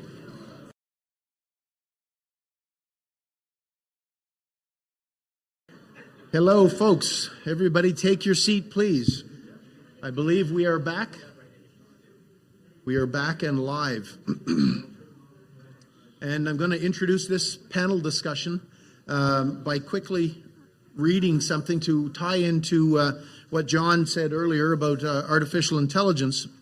So I went into ChatGPT and I just said, pretend that you are one of the attendees.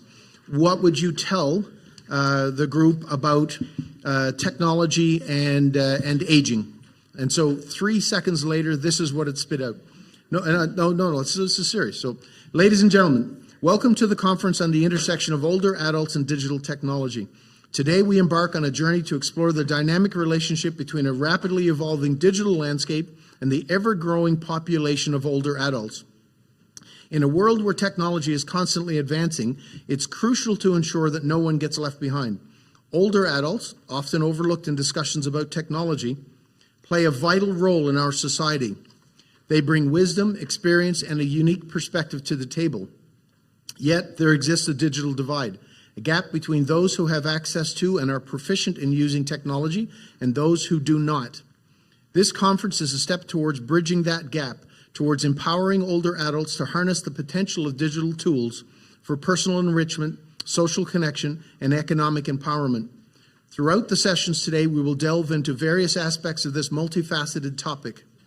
From understanding the barriers that prevent older adults from fully embracing technology to exploring innovative solutions and best practices, our aim is to foster an environment of collaboration and learning. We will hear from experts in the field of technology and aging who will share their insights and research findings. We will also have the opportunity to engage in thought-provoking discussions, exchange ideas, and identify actionable strategies to support older adults in their digital journey. But let us not forget that the individuals at the heart of this conversation, the older adults themselves. Our voices must be heard, our experiences valued. We are not passive recipients of technology, but active participants in shaping its impact on our lives and communities. As we embark on this conference, let us embrace the opportunity to make a difference. Let us work together to build a more inclusive and equitable digital future for all generations. Thank you, and let the discussions begin. 3-second question in ChatGPT. Incredible what's available out there. Because that's a pretty, and I never changed a word on that. And as John has said, very often what we'll do is we'll use that to start something, and then we'll edit and make it our own. But just to give you an idea of the power of that technology, not a bad speech. Sometimes AI is blamed for being a bit toneless or a bit, no heart, no whatever, but it's certainly getting better. The artificial intelligence issues have always been that there are defined streams for these intelligence vehicles that were designed. And once all of those streams started to check into each other's information and what was available there, then the growth was exponential. And that was the time when AI really took off. And it's in every facet of your life, whether you know it or not. So, John is back today, this afternoon, to give us a more insight on questions that you have. Bill Sproul is here. Bill is from Nova Scotia and a president. And Bill is a programmer, and he works on computers. He's got a BSc, so he will handle some of those other questions. So I would ask that you line up on the sides, go back to the back if you have questions. But in the meantime, we will just start to have conversations here around some of the things that I told you about earlier. John, any comments related to that? I'm pretty well talked out, but I will say, talking about what you can get out of ChatGPT and the others, I've been working for, 8 years on smart technology in the home and how it will help adults and giving seminars, etc.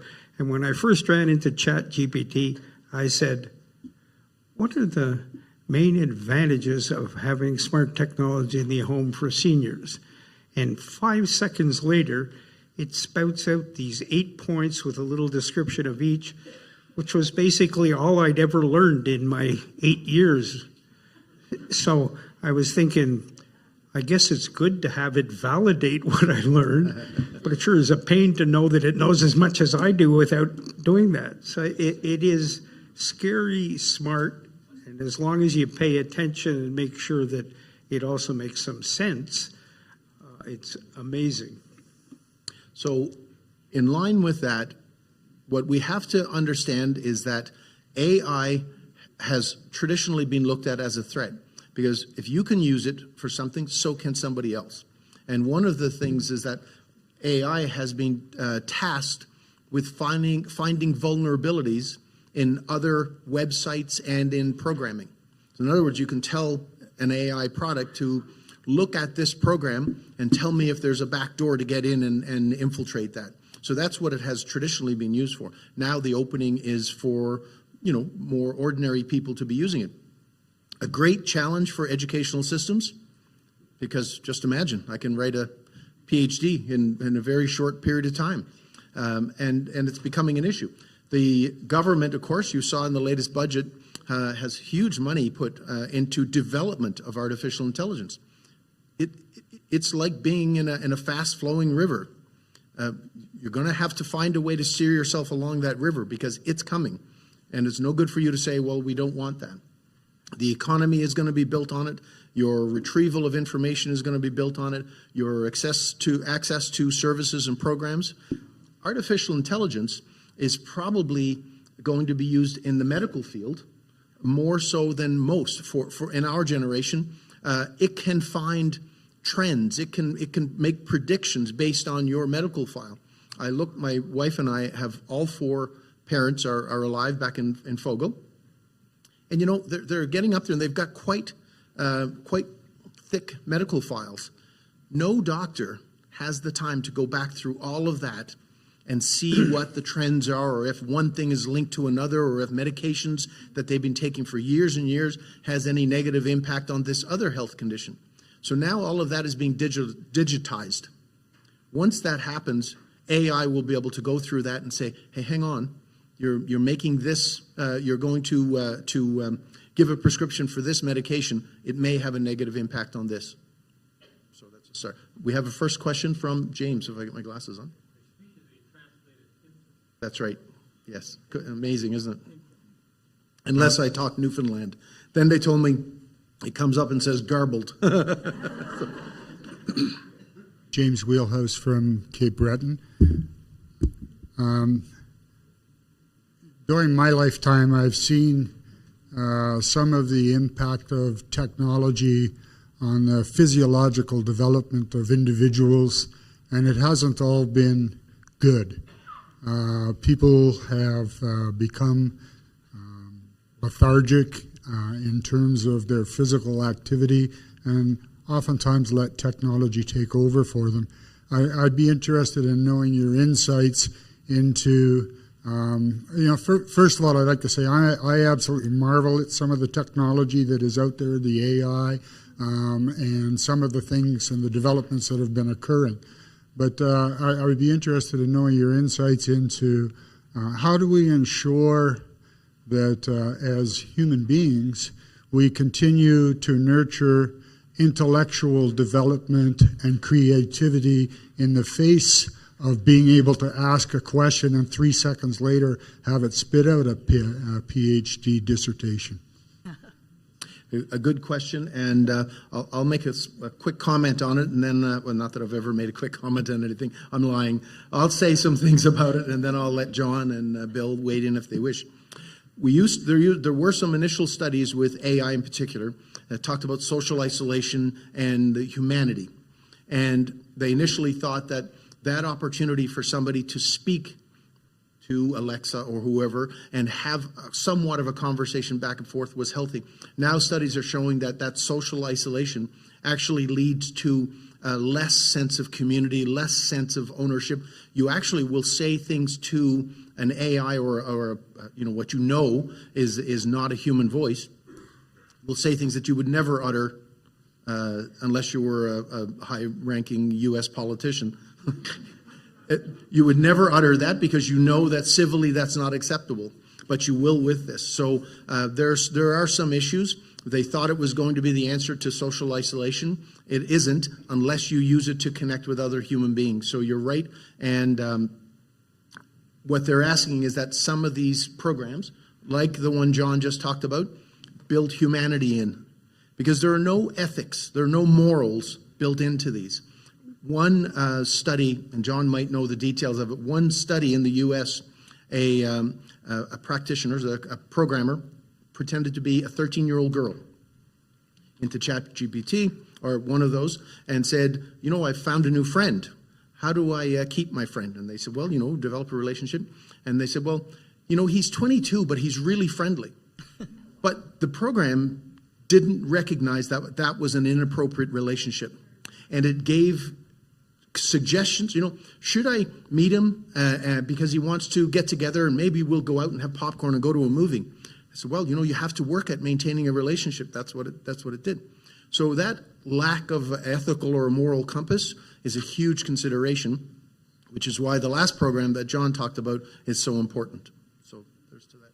Anything to add to that, John? Well, I will say that, you know, when we did the study where we gave the devices to all the people in the home and they found it was really good, but what we always stressed there was, well, two different things. One, that they should use them to communicate with their relatives, which was what the software that Google had developed was for. It was to allow me on my Google device to call my son in Guelph, who happened to be the one I connected with, and communicate with him on a regular basis. And then it actually tracked that and said, hey, you haven't spoken to your son for 2 days, that kind of thing.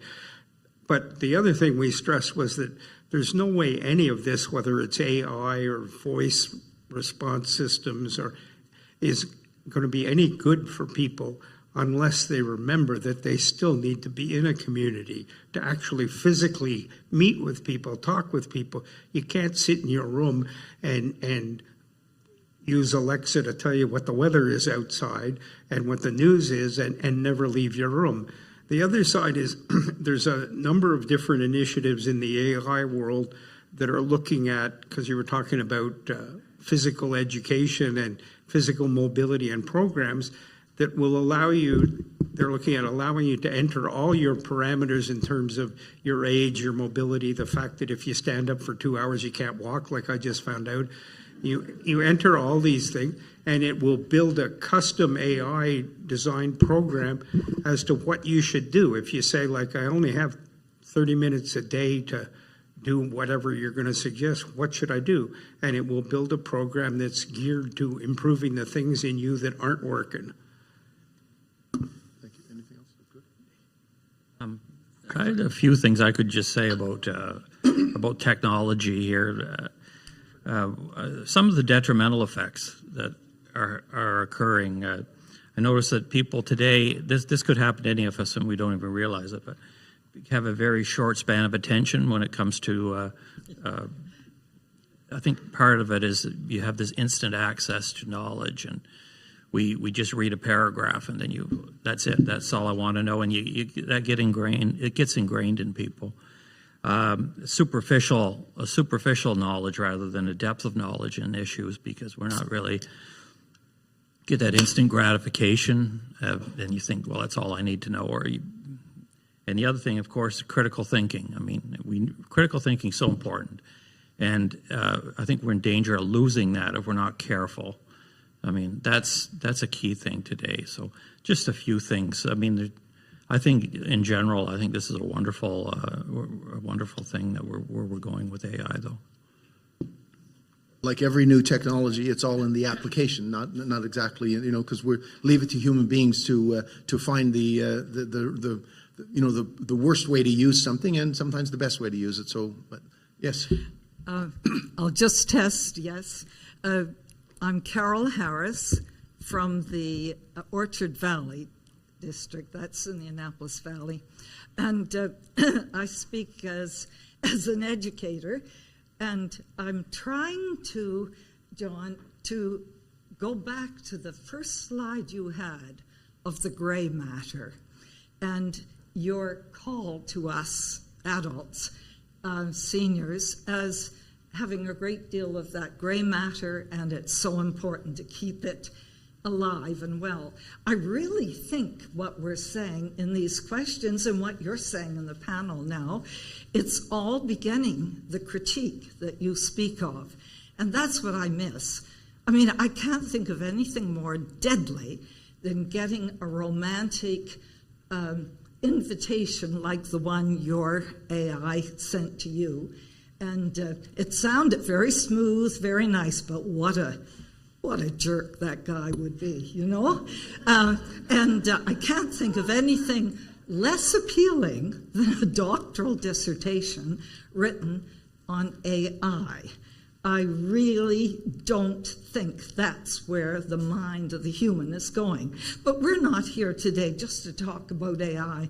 It's the other technical things that really are bothering us. We're reaching out to people in our communities who really aren't at all familiar with computers, or they're terrified of computers. They're terrified of the dangers of scam, and rightly so. I really thank you for covering all those things in your talk, John, today. And I really like the comment that you made. It's the critical thinking. We mustn't think that because something is possible that it's going to be there. Remember the Edsel car.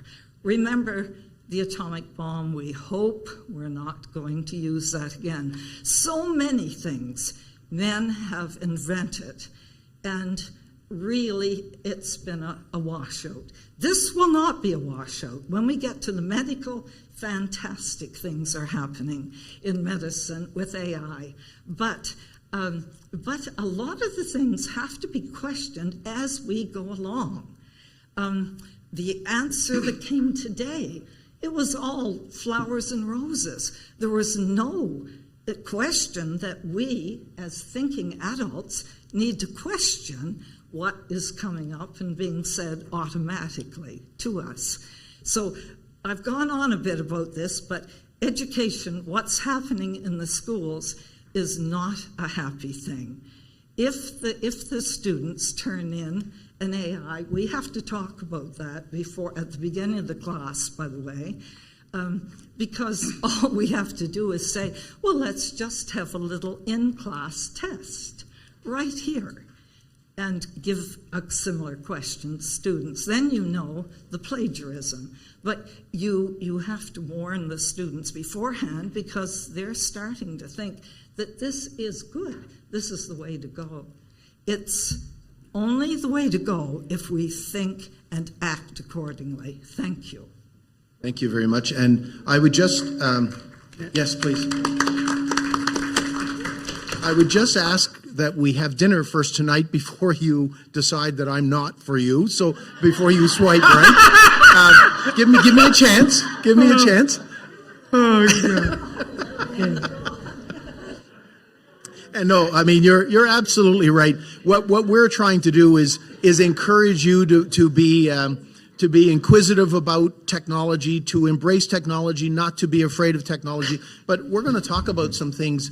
There are real risks, and there's a lot of studies have shown that like older Canadians, older Americans, we are the group that are targeted most for scams, for those types of things. That's all related to all of this technology. As many options as it gives us, it gives scammers equal opportunity.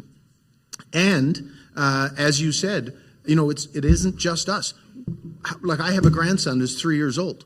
So what is the world going to be like for him using this technology if he doesn't come up with that critical thinking and have parents to guide him? And I mean, the technology is just pervasive. It's incredible. It's always going to be there. So you're absolutely right, and thank you, and I'll see you for dinner later on. Okay.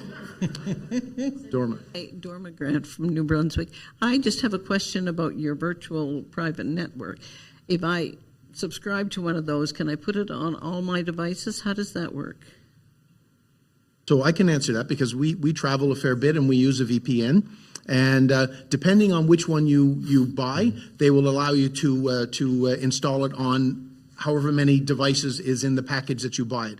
And so all it does is that it will allow you not to leave a digital footprint in the location that you're at, that you can say, no, I'm in Toronto, or I'm in Miami, or I'm in Rome, or wherever else I'm.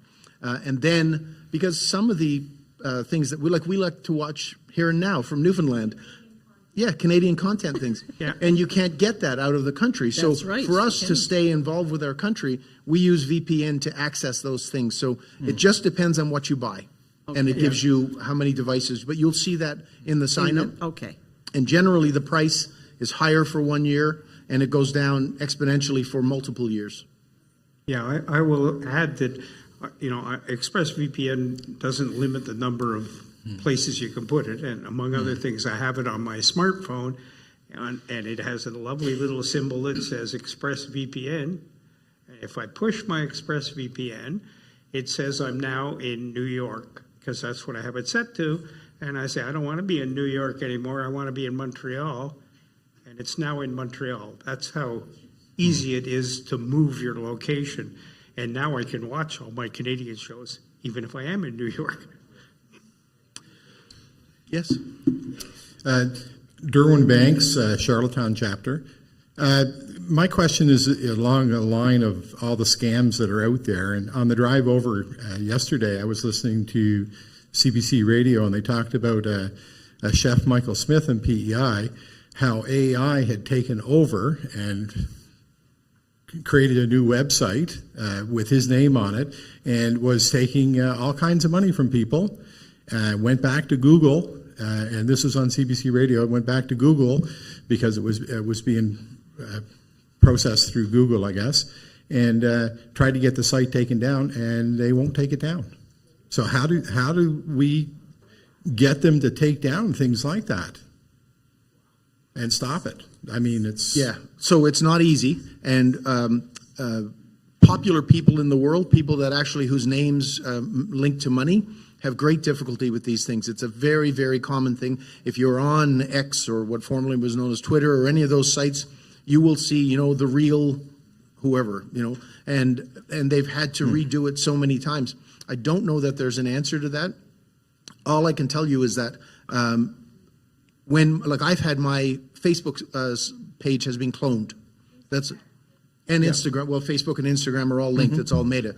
So it's been cloned. And I've blocked the person that cloned it, and I've notified the company, because there's a notification thing up there, that this is a false site, and within a week or so, it all went down. Now, I know people that shut things down and they change, delete everything. I didn't. I just changed my password and made a notification that it was a false site, and it worked. But I think some of these are a lot more complex and more difficult to deal with. If you're a celebrity this day and age, your digital presence online is money, and wherever there's money, there's going to be criminals trying to exploit it. So one of our goals is the protection of seniors, senior security, and everything else. Why do we not have something like that as one of our goals to pressure Seamus Reagan, or whatever his name is, that protection of seniors? There should be enforcement avenues taken against all these firms to instantly shut down this and not have to go through 10, 15 weeks. How much money was lost on that one site, right? Because you're paying $200-300 for something. How many people bought into it? Yep. So anyway, what the federal government generally comes back and says is that education is better than trying to make a law, regulate something. The types of scams that generally older Canadians are targeted with are what's known as the grandchild fraud, and that's where somebody will call you up or message you and say, "Hey, Nan or Pop, it's Calvin. I've been in an accident. I'm in jail. I need $2,000," and they'll do it, and they'll. The generation, the older Canadians, are very trusting. They're very compassionate, very family-oriented, and these scammers know exactly what to say to push your buttons, make sure that you know that this is urgent, and if you do anything but what they're asking you, you're a bad grandparent. But there's so many more. You know that now, and I don't know what the latest figures are, But if artificial intelligence has some of those programs, has 2 seconds of your voice pattern, they can come out and you will not know that it is not that person you're thinking of. And when we talk about the digital presence after death, that's one of the things. Well, how many of us don't have a video somewhere online, on Facebook, on Instagram, or somewhere that we've sent back and forth to family? So all of our voice patterns are out there. And on this one I heard in the radio, he was saying that not only was his voice taken over, his actions, his facial expressions, the whole bit was taken over on him doing this pitch to get this money, right? It wasn't just a voiceover. It's incredible. It's incredible, the they technology. Just changed everything. Yeah. So, but for us, it takes a lot of brain power to build a site like that, an illegitimate site. For us, the main issues are what's left in the dark. Like the best thing that you can do if you are targeted with one of these scams, talk to somebody else, shine a light on it. Do not pay. The CRA doesn't expect you to pay. The RCMP doesn't collect money. Your grandchild in jail, you're not going to undo it by anything. A 10-minute break or an hour break, and you have a discussion with the family, no matter what they say, shine a light on it. That is absolutely the best thing that you can do.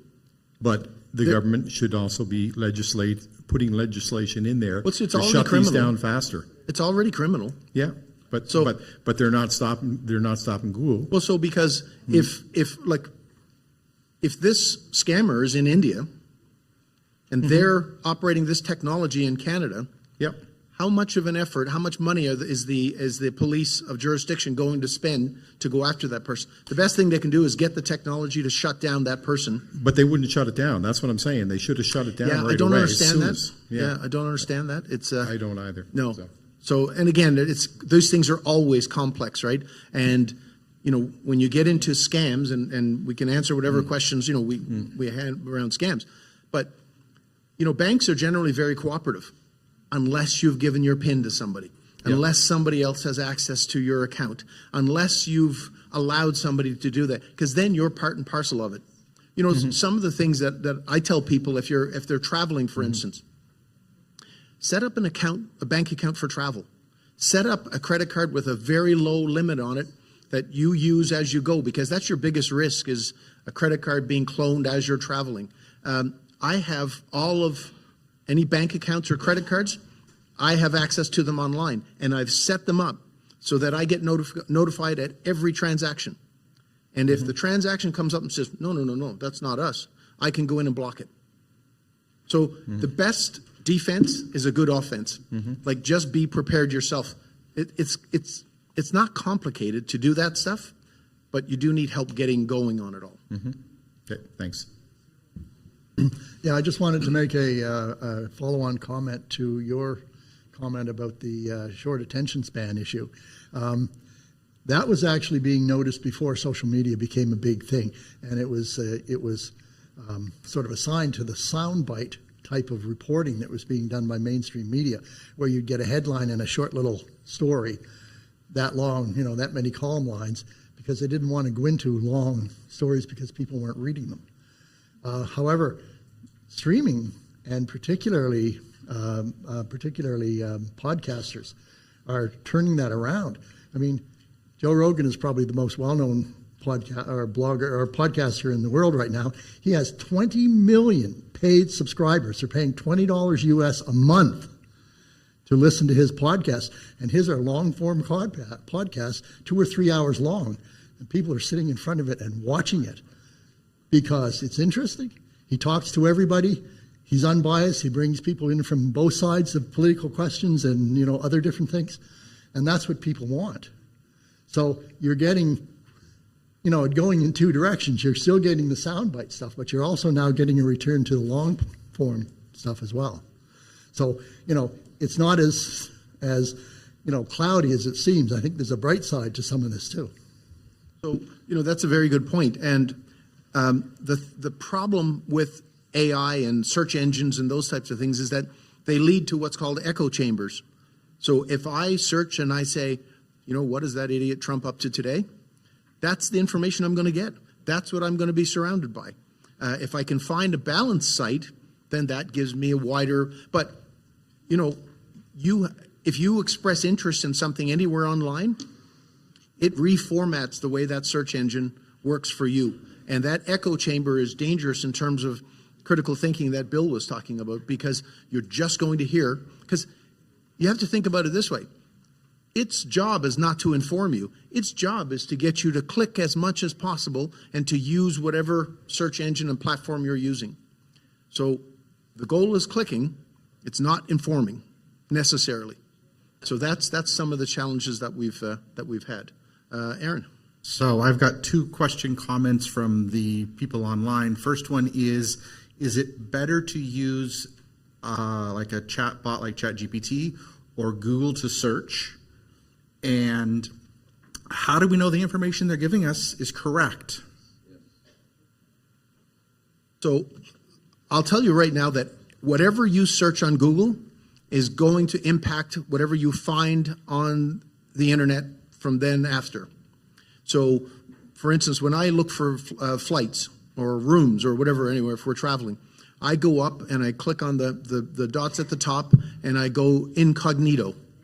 And incognito means that I'm not tracked, it's not me, and it'll erase that browsing history. So I can go on and I can say, I wonder what Air Canada's flight is today from Gander to Ottawa. Because if I didn't do that, there appears to be a trend where the price will go up based on because they know that I'm doing that. It will also start to feed me that information. So can you trust it? Again, it's like anything else. Any information that's given to you, you have to validate the source. One of the issues with AI is that it's not always accurate.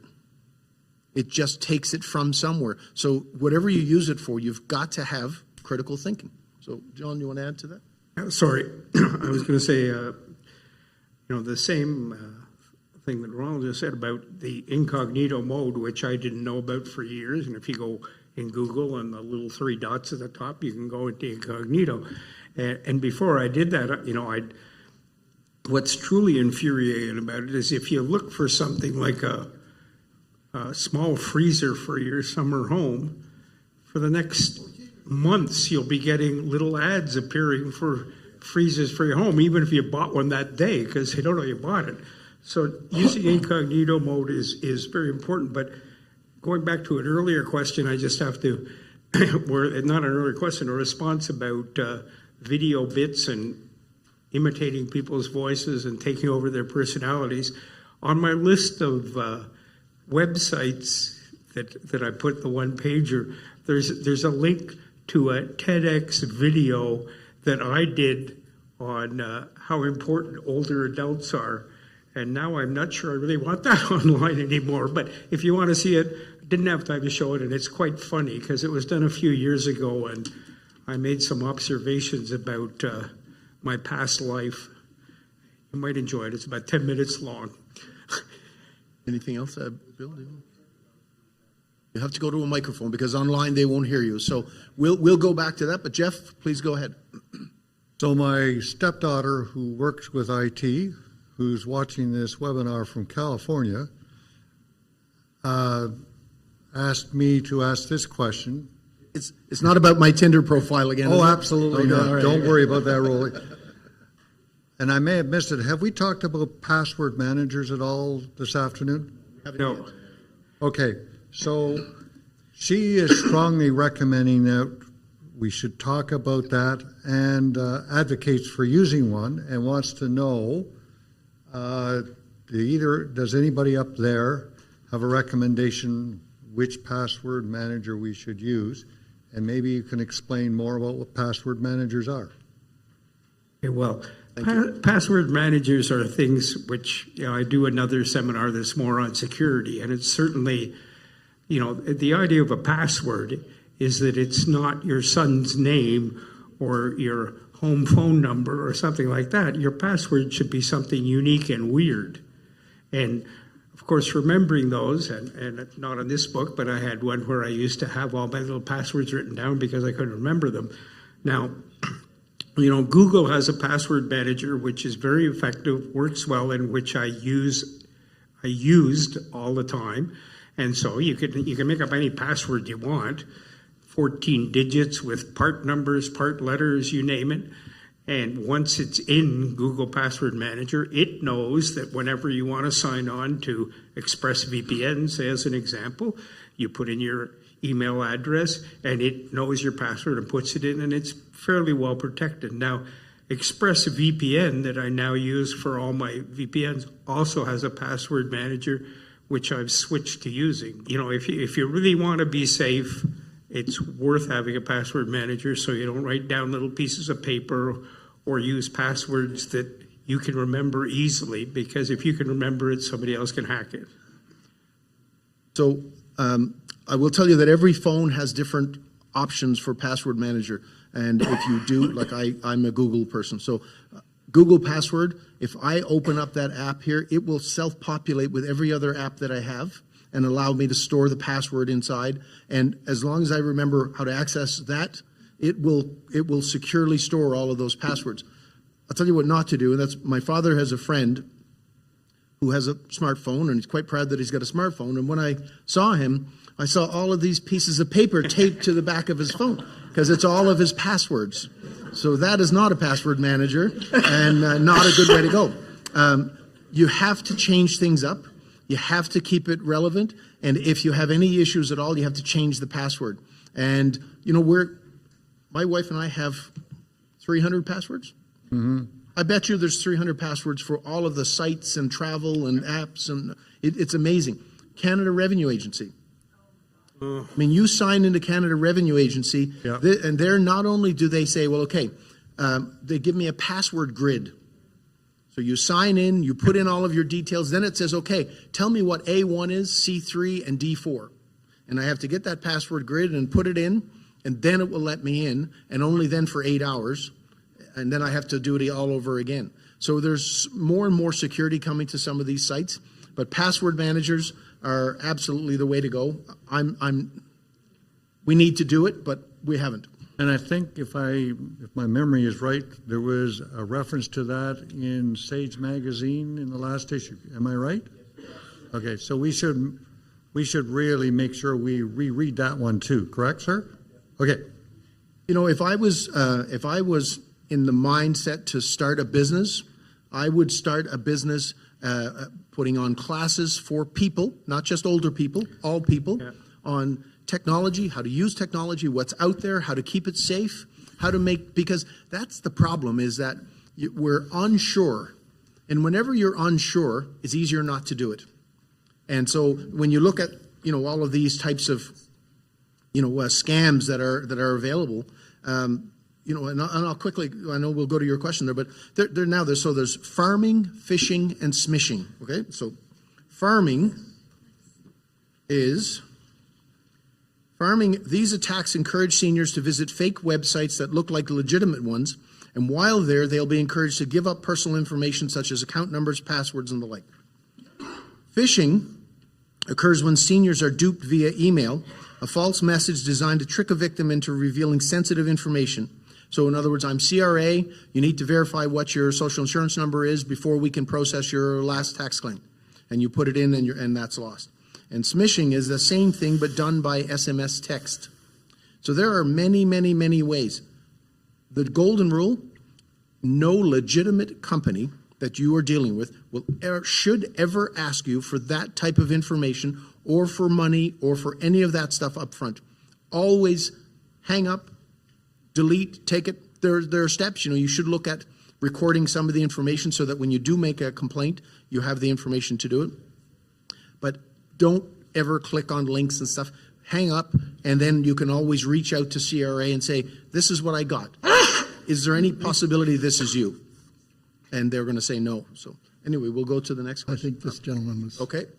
Armand. Okay, Armand Paulin, Chaleur 68. I'm just wondering now, this might be me thinking different there, but I think the phones are listening to us. And I'm not crazy. Last fall, I was sitting at home, my son was there, and we were talking about winter tires. Get that? We're talking about winter tires. We're not on the phone, we're not on the internet, nothing. At supper time, I checked the internet, there's a sale for winter tires. And not only one place, a couple of places. Another time I was looking up for a jacket or something. Guess what? There's sale for jackets. And I'm telling you, the damn phones are listening to us. And Armand, the first thing I'd have to ask Armand is what would you ever need winter tires for in northern New Brunswick? First of all, but no, I have to agree with you. The number of times that we've been having conversations at home, and then you go on and your Facebook feed has an ad for that. It occurs too often for anybody to convince me that that's not the case. I'm being told that it isn't, but I don't know if anybody has anything to add. All these gadgets that we have at the house, Google, and, Right. and Yeah. everybody's listening Yeah. to whatever conversation. Can we hear from the other two? Yes, oh, well, I'm giving them the opportunity. Yes, I'm trying. I would say that the expression "Big Brother is watching." I believe that Big Brother is always listening whenever I'm saying anything. So I try my best to shut up or be talking in a place where I'm talking very softly to whomever I want to talk to. If it's something that's confidential, it's scary, but it seems to be the way the world's going. And with all the, I happen to love smart devices, but with all the smart devices out there, many of them are listening for whatever, and who knows who hacks into the smart device as opposed to your internet or anything else. Okay, this was just a little tip. You were talking about the thing where you had bought the freezer, but you kept getting ads for them. If you, at every one of those ads, you'll find a small little X up in the top right or left corner. If you tap on that, one of the things that'll come up, it'll say why this ad, or the other one is why basically you don't like it. If you hit why don't you like it, it gives you a list of reasons. If you hit already bought, you'll never see one of those ads again. Says, hey, Thank you. This guy's talking to me. So I've done that, and it hasn't worked for me. It still gives me the ad, but. And you know what? I suspect that when I go home from here, I'm going to have all kinds of advertisements for Tinder, even though I'm happily married. So I have a question from Claire online, and it's really somewhat of a philosophical question. How do we overcome the presumptive assumption that because one is old, one is no longer interested or able to learn new things, especially new technologies? Well, I will say in starting that there have been a lot of groups in the U.S. that have done studies that show that, in general, older adults, seniors, or coffin dodgers, are a lot more technically knowledgeable than people think. And I will also say that in my community that I'm in Arizona, which is a relatively affluent community, there are hundreds of people who could teach you how to use an iPhone better, how to do digital photography, you name it. And there's no reason why people think that seniors can't learn new skills, but it's the same with all the other age-related. We're frail, we're needy, we can't think. I admit that artificial intelligence does sound kind of appealing sometimes, but the fact is that we can learn, and we've got to keep pointing that out to people. I'd just like to say, if anybody has any questions about computer hardware, and ask me about that. I know a bit about that stuff, and I know we've been talking about the software end of things, but if anybody is looking at buying a computer or what they think they need to down the road or whatever, just let me know, and I'll answer those questions. Yes. So I don't really have a question. I just have 3 quick things to say in respect to what I've heard from some people. So to this lady right here about the university courses, I do have friends who still have children in university, and they have already told me that in certain classes, the children are not allowed to bring their laptops in. They have to write on paper something. So they're already dealing with artificial intelligence in that way, in trying to cut down on plagiarism. The second thing, someone asked about a password manager.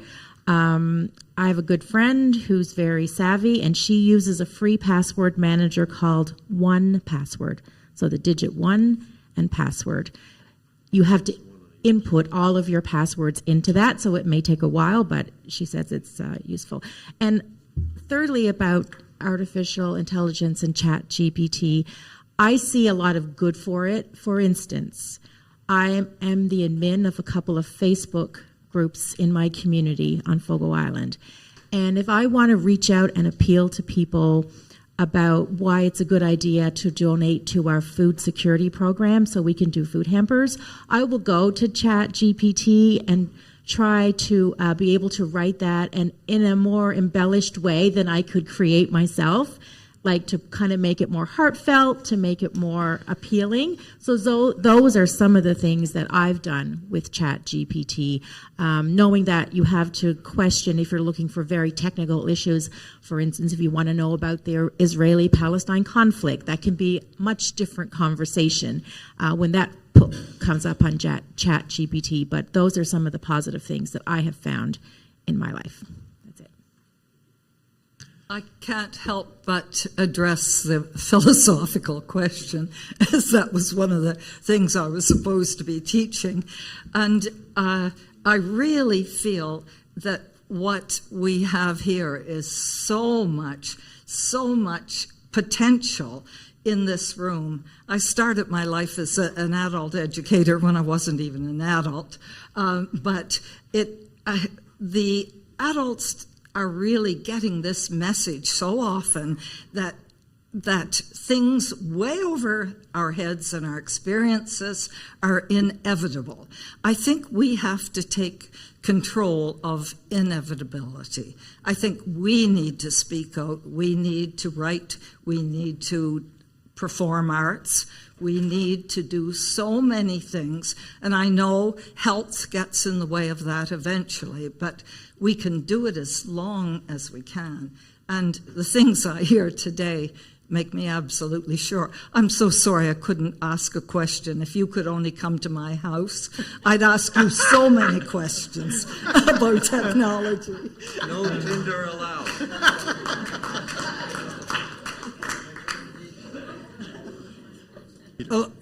Along the lines of the coffin dodger question, You and Your Survivors is a helpful book. You put your list of passwords and stuff, you can include that kind of information in there because it's going to be something your executor can use to close accounts all along the way. So don't forget to think of who's going to get stuck with cleaning up the mess after you failed your exercise in coffin dodging. And it's a time-limited option. So we're all going to get there eventually. So be kind to your successors and your executor, for God's sake, and make it easy for them to finish your estate, close it, and resolve it. Yeah, I would say that I do a lot of presentations to companies about why they should hire seniors, and I never put the coffin dodger one in my presentations because, it immediately makes them think, yeah, these guys are going to die soon, which is not the idea when you're telling them that older workers stay in the same job once they get one and are reliable employees and aren't always looking for something else to do. And by the way, that, on Monday morning after a hard weekend, they don't show up, they don't stay home because they've been drunk and they're hungover. So there are all kinds of advantages, but yeah, you got to stress the fact that we're all going to live forever. I do say in the video, which I'm encouraging everybody to watch, that is on the list of things, that there's a couple of websites that allow you to enter your age, your relative health, and they tell you what your life expectancy is. And I did one of those when I was 70, and it said I was going to live to be 98. I said, well, that's not bad.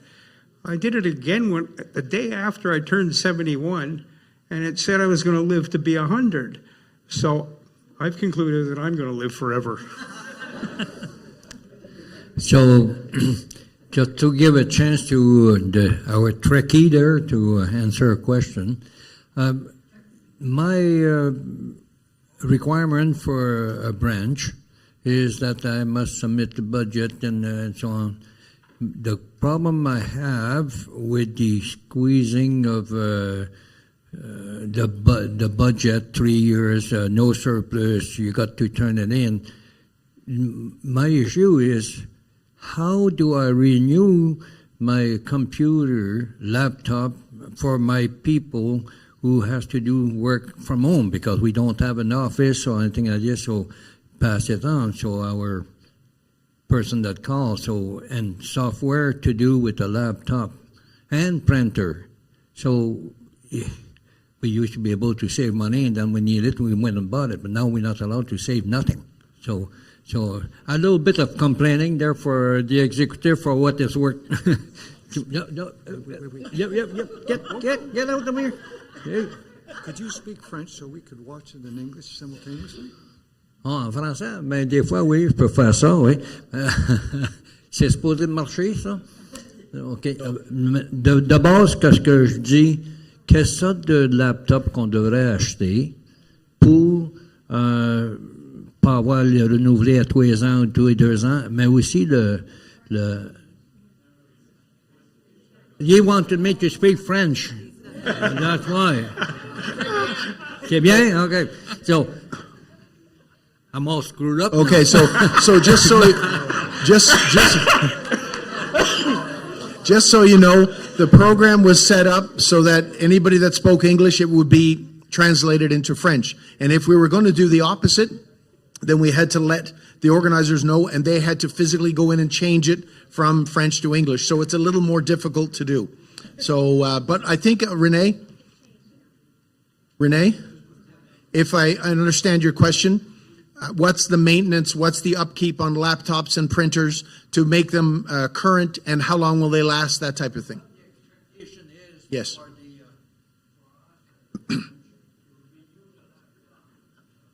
Okay.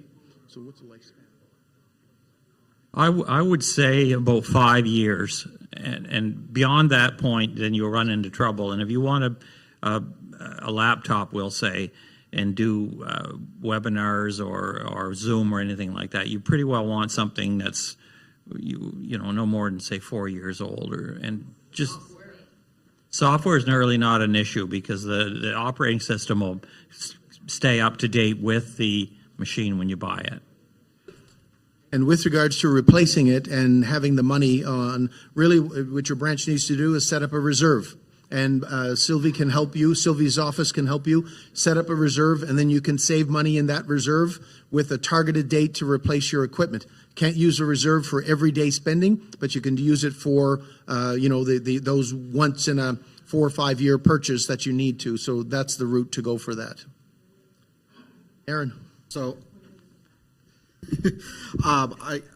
this is all tech or computer related questions. One person's asking, they have a contract with Geek Squad. Is it safe to let them take over their computer online to fix problems?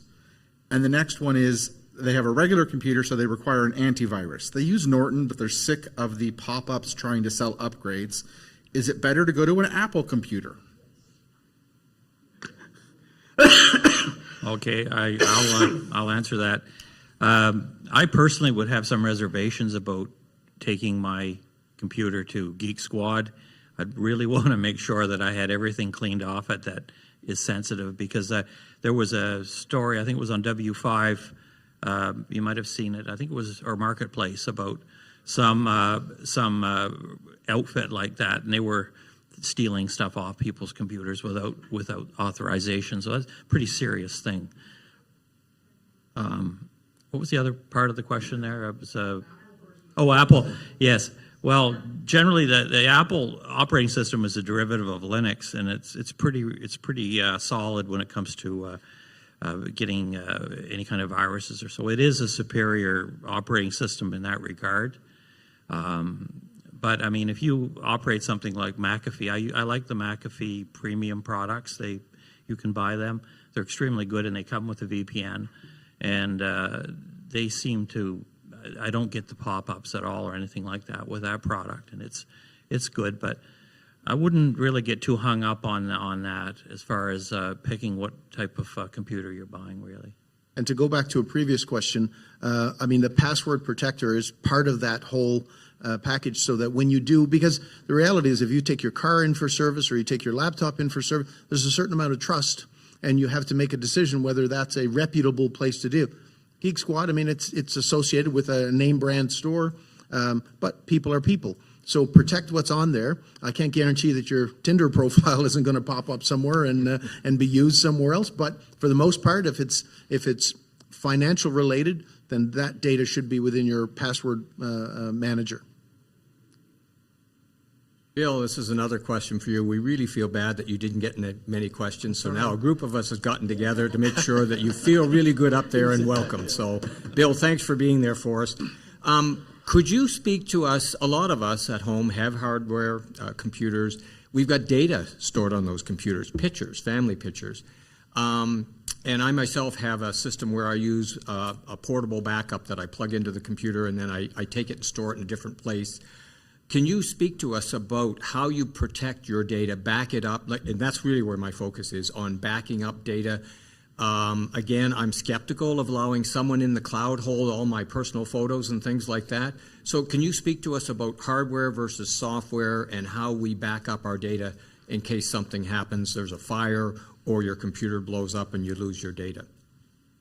I think the big thing is probably the best thing to do is buy a product that will do incremental or full backups off your computer periodically. You can set it up so it'll do it on a schedule, and there are products out there that you can pay for, and they're not that expensive that you can use.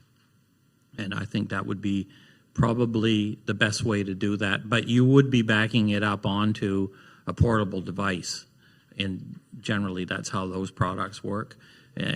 People do back up onto the cloud, and that is possible too. And I wouldn't really have so much of a reservation on that, depending on who you go with to back up with on the cloud, because there's some pretty reputable people on the cloud there, so you could use that. But personally, what I would do I would go out and buy a nice backup software product, and then put it on a portable hard drive, and I think you'll feel good about that. I would also say that before you get rid of any technology, that you go in and you wipe it, that you make sure that you clearly remove everything, that you reset it right back to as much as you can. Doesn't mean that some expert somewhere can't crack into that, but make it difficult for them, and that's what we do. I never throw anything out unless it's being electronically wiped, and then I may even physically damage the whole thing just to make sure that it's not going to be on somebody else's desk. Yeah. Yes. Yes, I have a desktop at home that I upgrade every few years. You bring it to those people are normally bonded, so there should be, at least I expect them to be a safe place. I have a laptop, and on the laptop at the moment at home, it tells me you have version 8.1, you should upgrade to 10 plus. So don't I have the same capacity to bring it to this gentleman that is bonded, and then he does the upgrading on my laptop as well? That's a Windows computer? Yes. Yeah. Yes.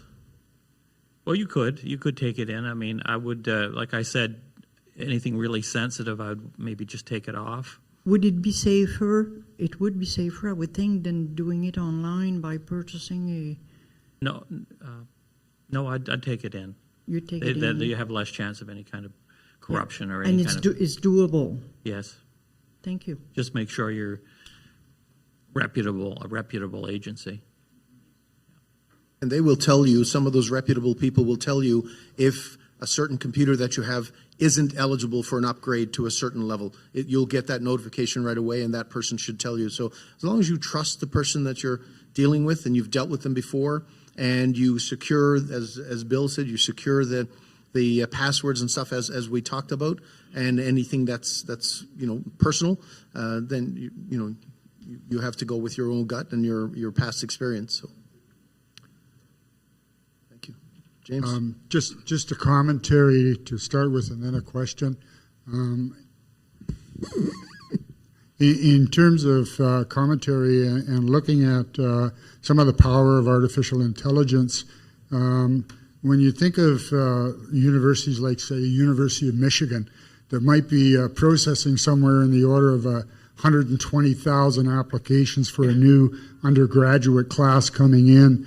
They're using some of the artificial intelligence and chat GTP monitoring for applications going into those educational institutions in the most powerful way. So nowadays, not only do we have chat GTP that could produce an application that is absolutely superior, but now we have the technology that is, backstopping behind it, that is checking to see if it was generated by artificial intelligence in the first place. So I see some of that technology evolving in a very positive way to ensure that, some of the integrity of the systems that we rely on in terms of whether it's entrance into educational institutions or other places are working to our benefit.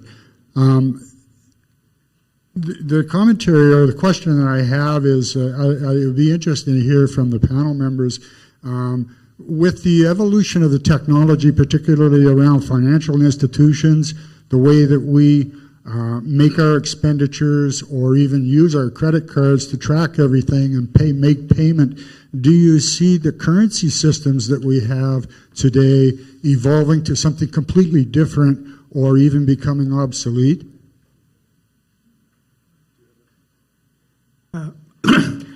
That's a pretty tough question to answer. I will say something on the first one first, that in terms of institutions, there are several big U.S. universities, and possibly in Canada too, but the articles I read were about the U.S., who are now using artificial intelligence to analyze the applications. And one of the big reasons they're doing it is that they found that human analysis of these tends to be tremendously impacted by your personal view and biases.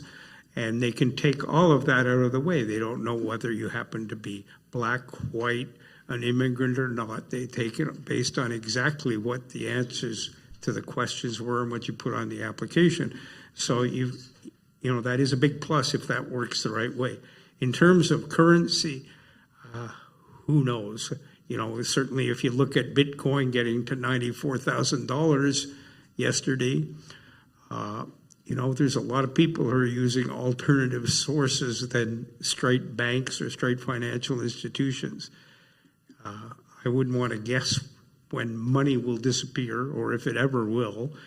I know that I always carry around 5 $20 bills, and I think I have the same 5 $20 bills that I had 2 months ago because I never pay for anything with cash anymore. But, the whole world and central banks are looking at it and governments are looking at it and how they can replace coins and bills and other things. Not much of an answer, really. Well, if you travel at all, changing currency is a big challenge. I use a product called a Wise card, Wise, W-I-S-E. So we have a physical card and we have a digital card, and we have it linked to a bank account, and we load that card. We went to 4 or 5 countries this past year. I land, I can go into that digital Wise card. I can say, create an Egyptian account. I can say, convert from Canadian to Egyptian, and within 10 seconds, I've got access to Egyptian money.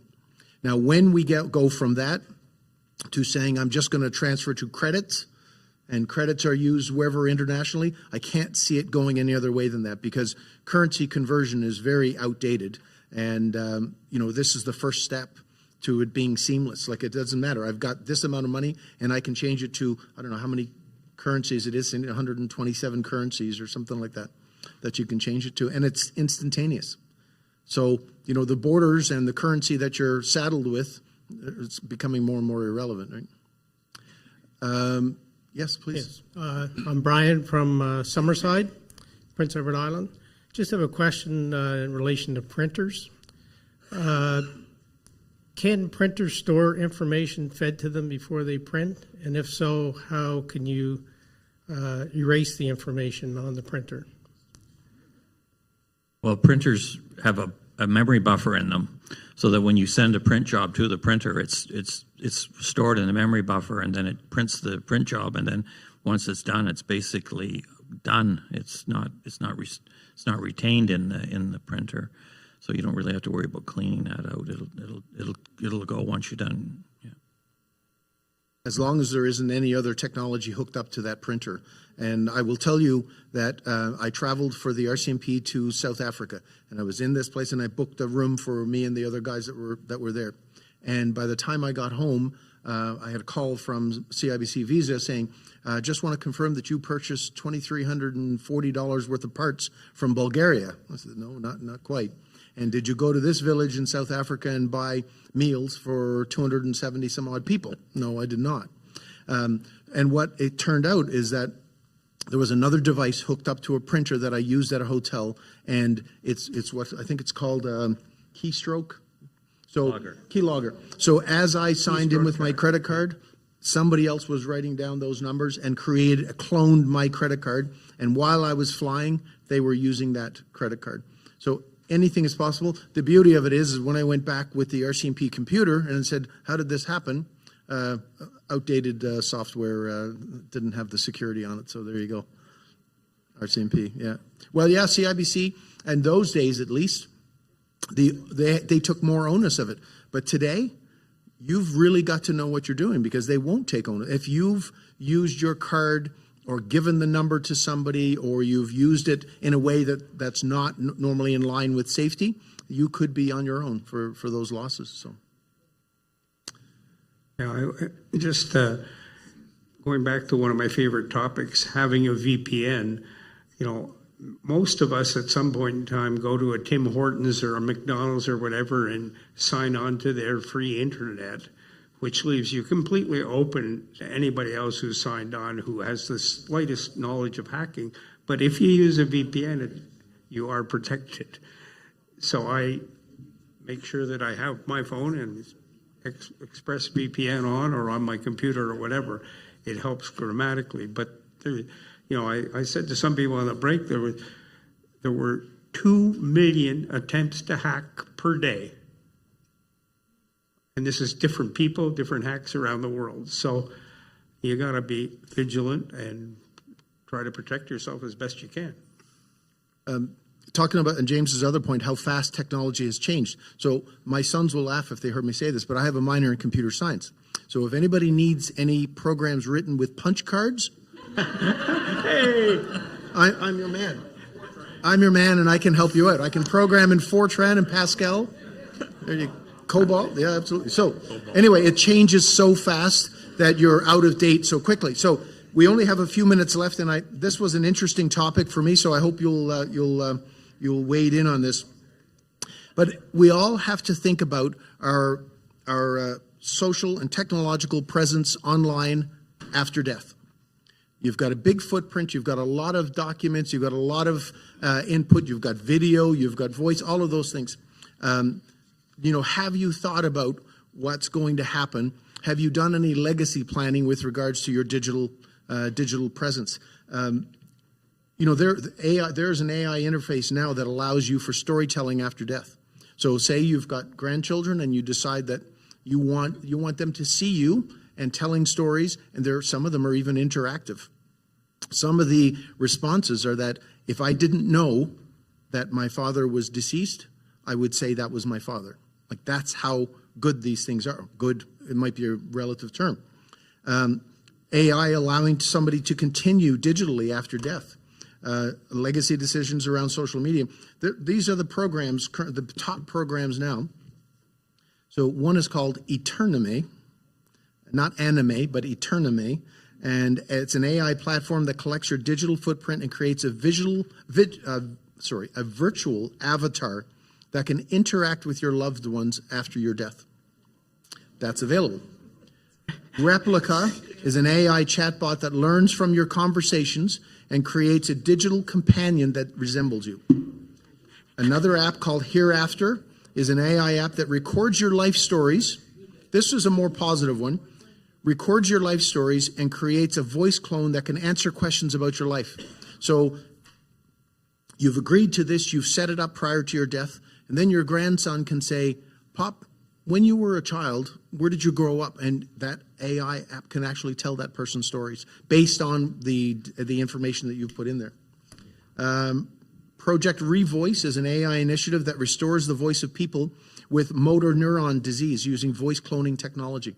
So before you know that you're ill, you're going to lose your ability to speak, you can upload a portion of your voice, and it can be used as your voice when you lose the physical ability to do that, which is quite something.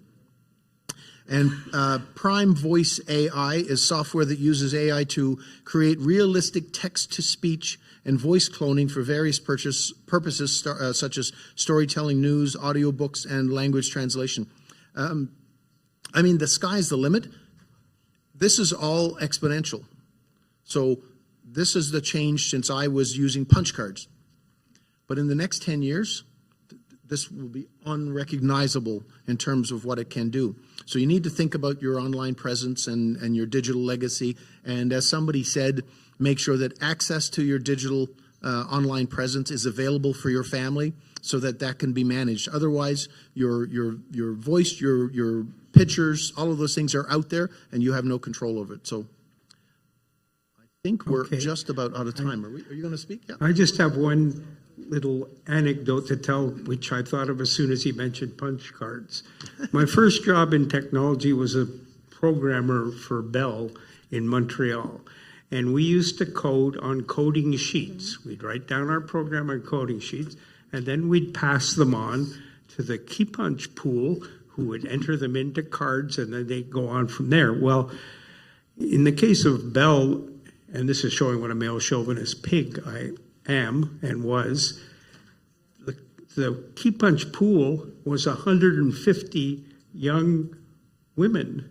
And so we used to pay each other for the pleasure of taking over our coding sheets and handing them into the key punch pool.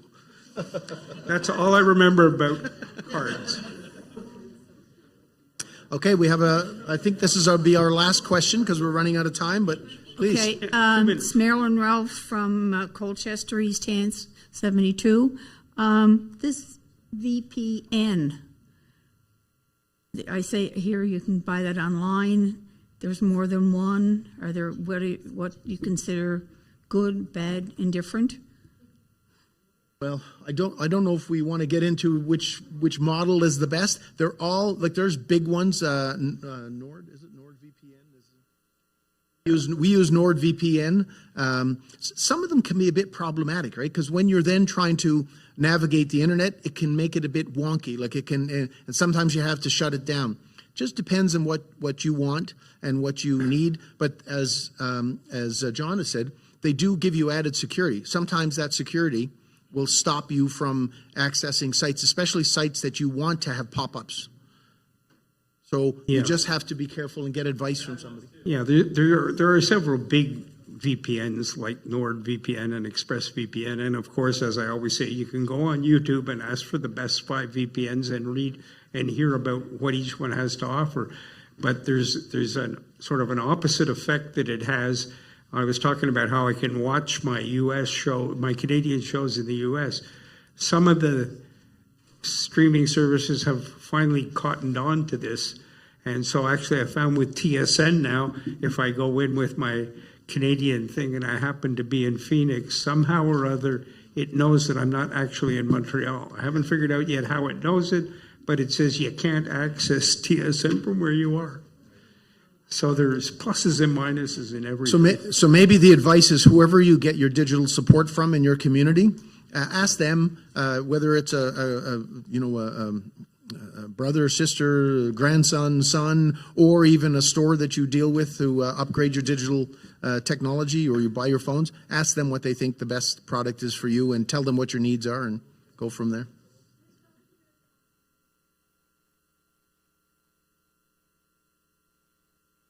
Okay. Well, I don't know. You've got to be careful to choose VPN. Press is good, Nord is good, but be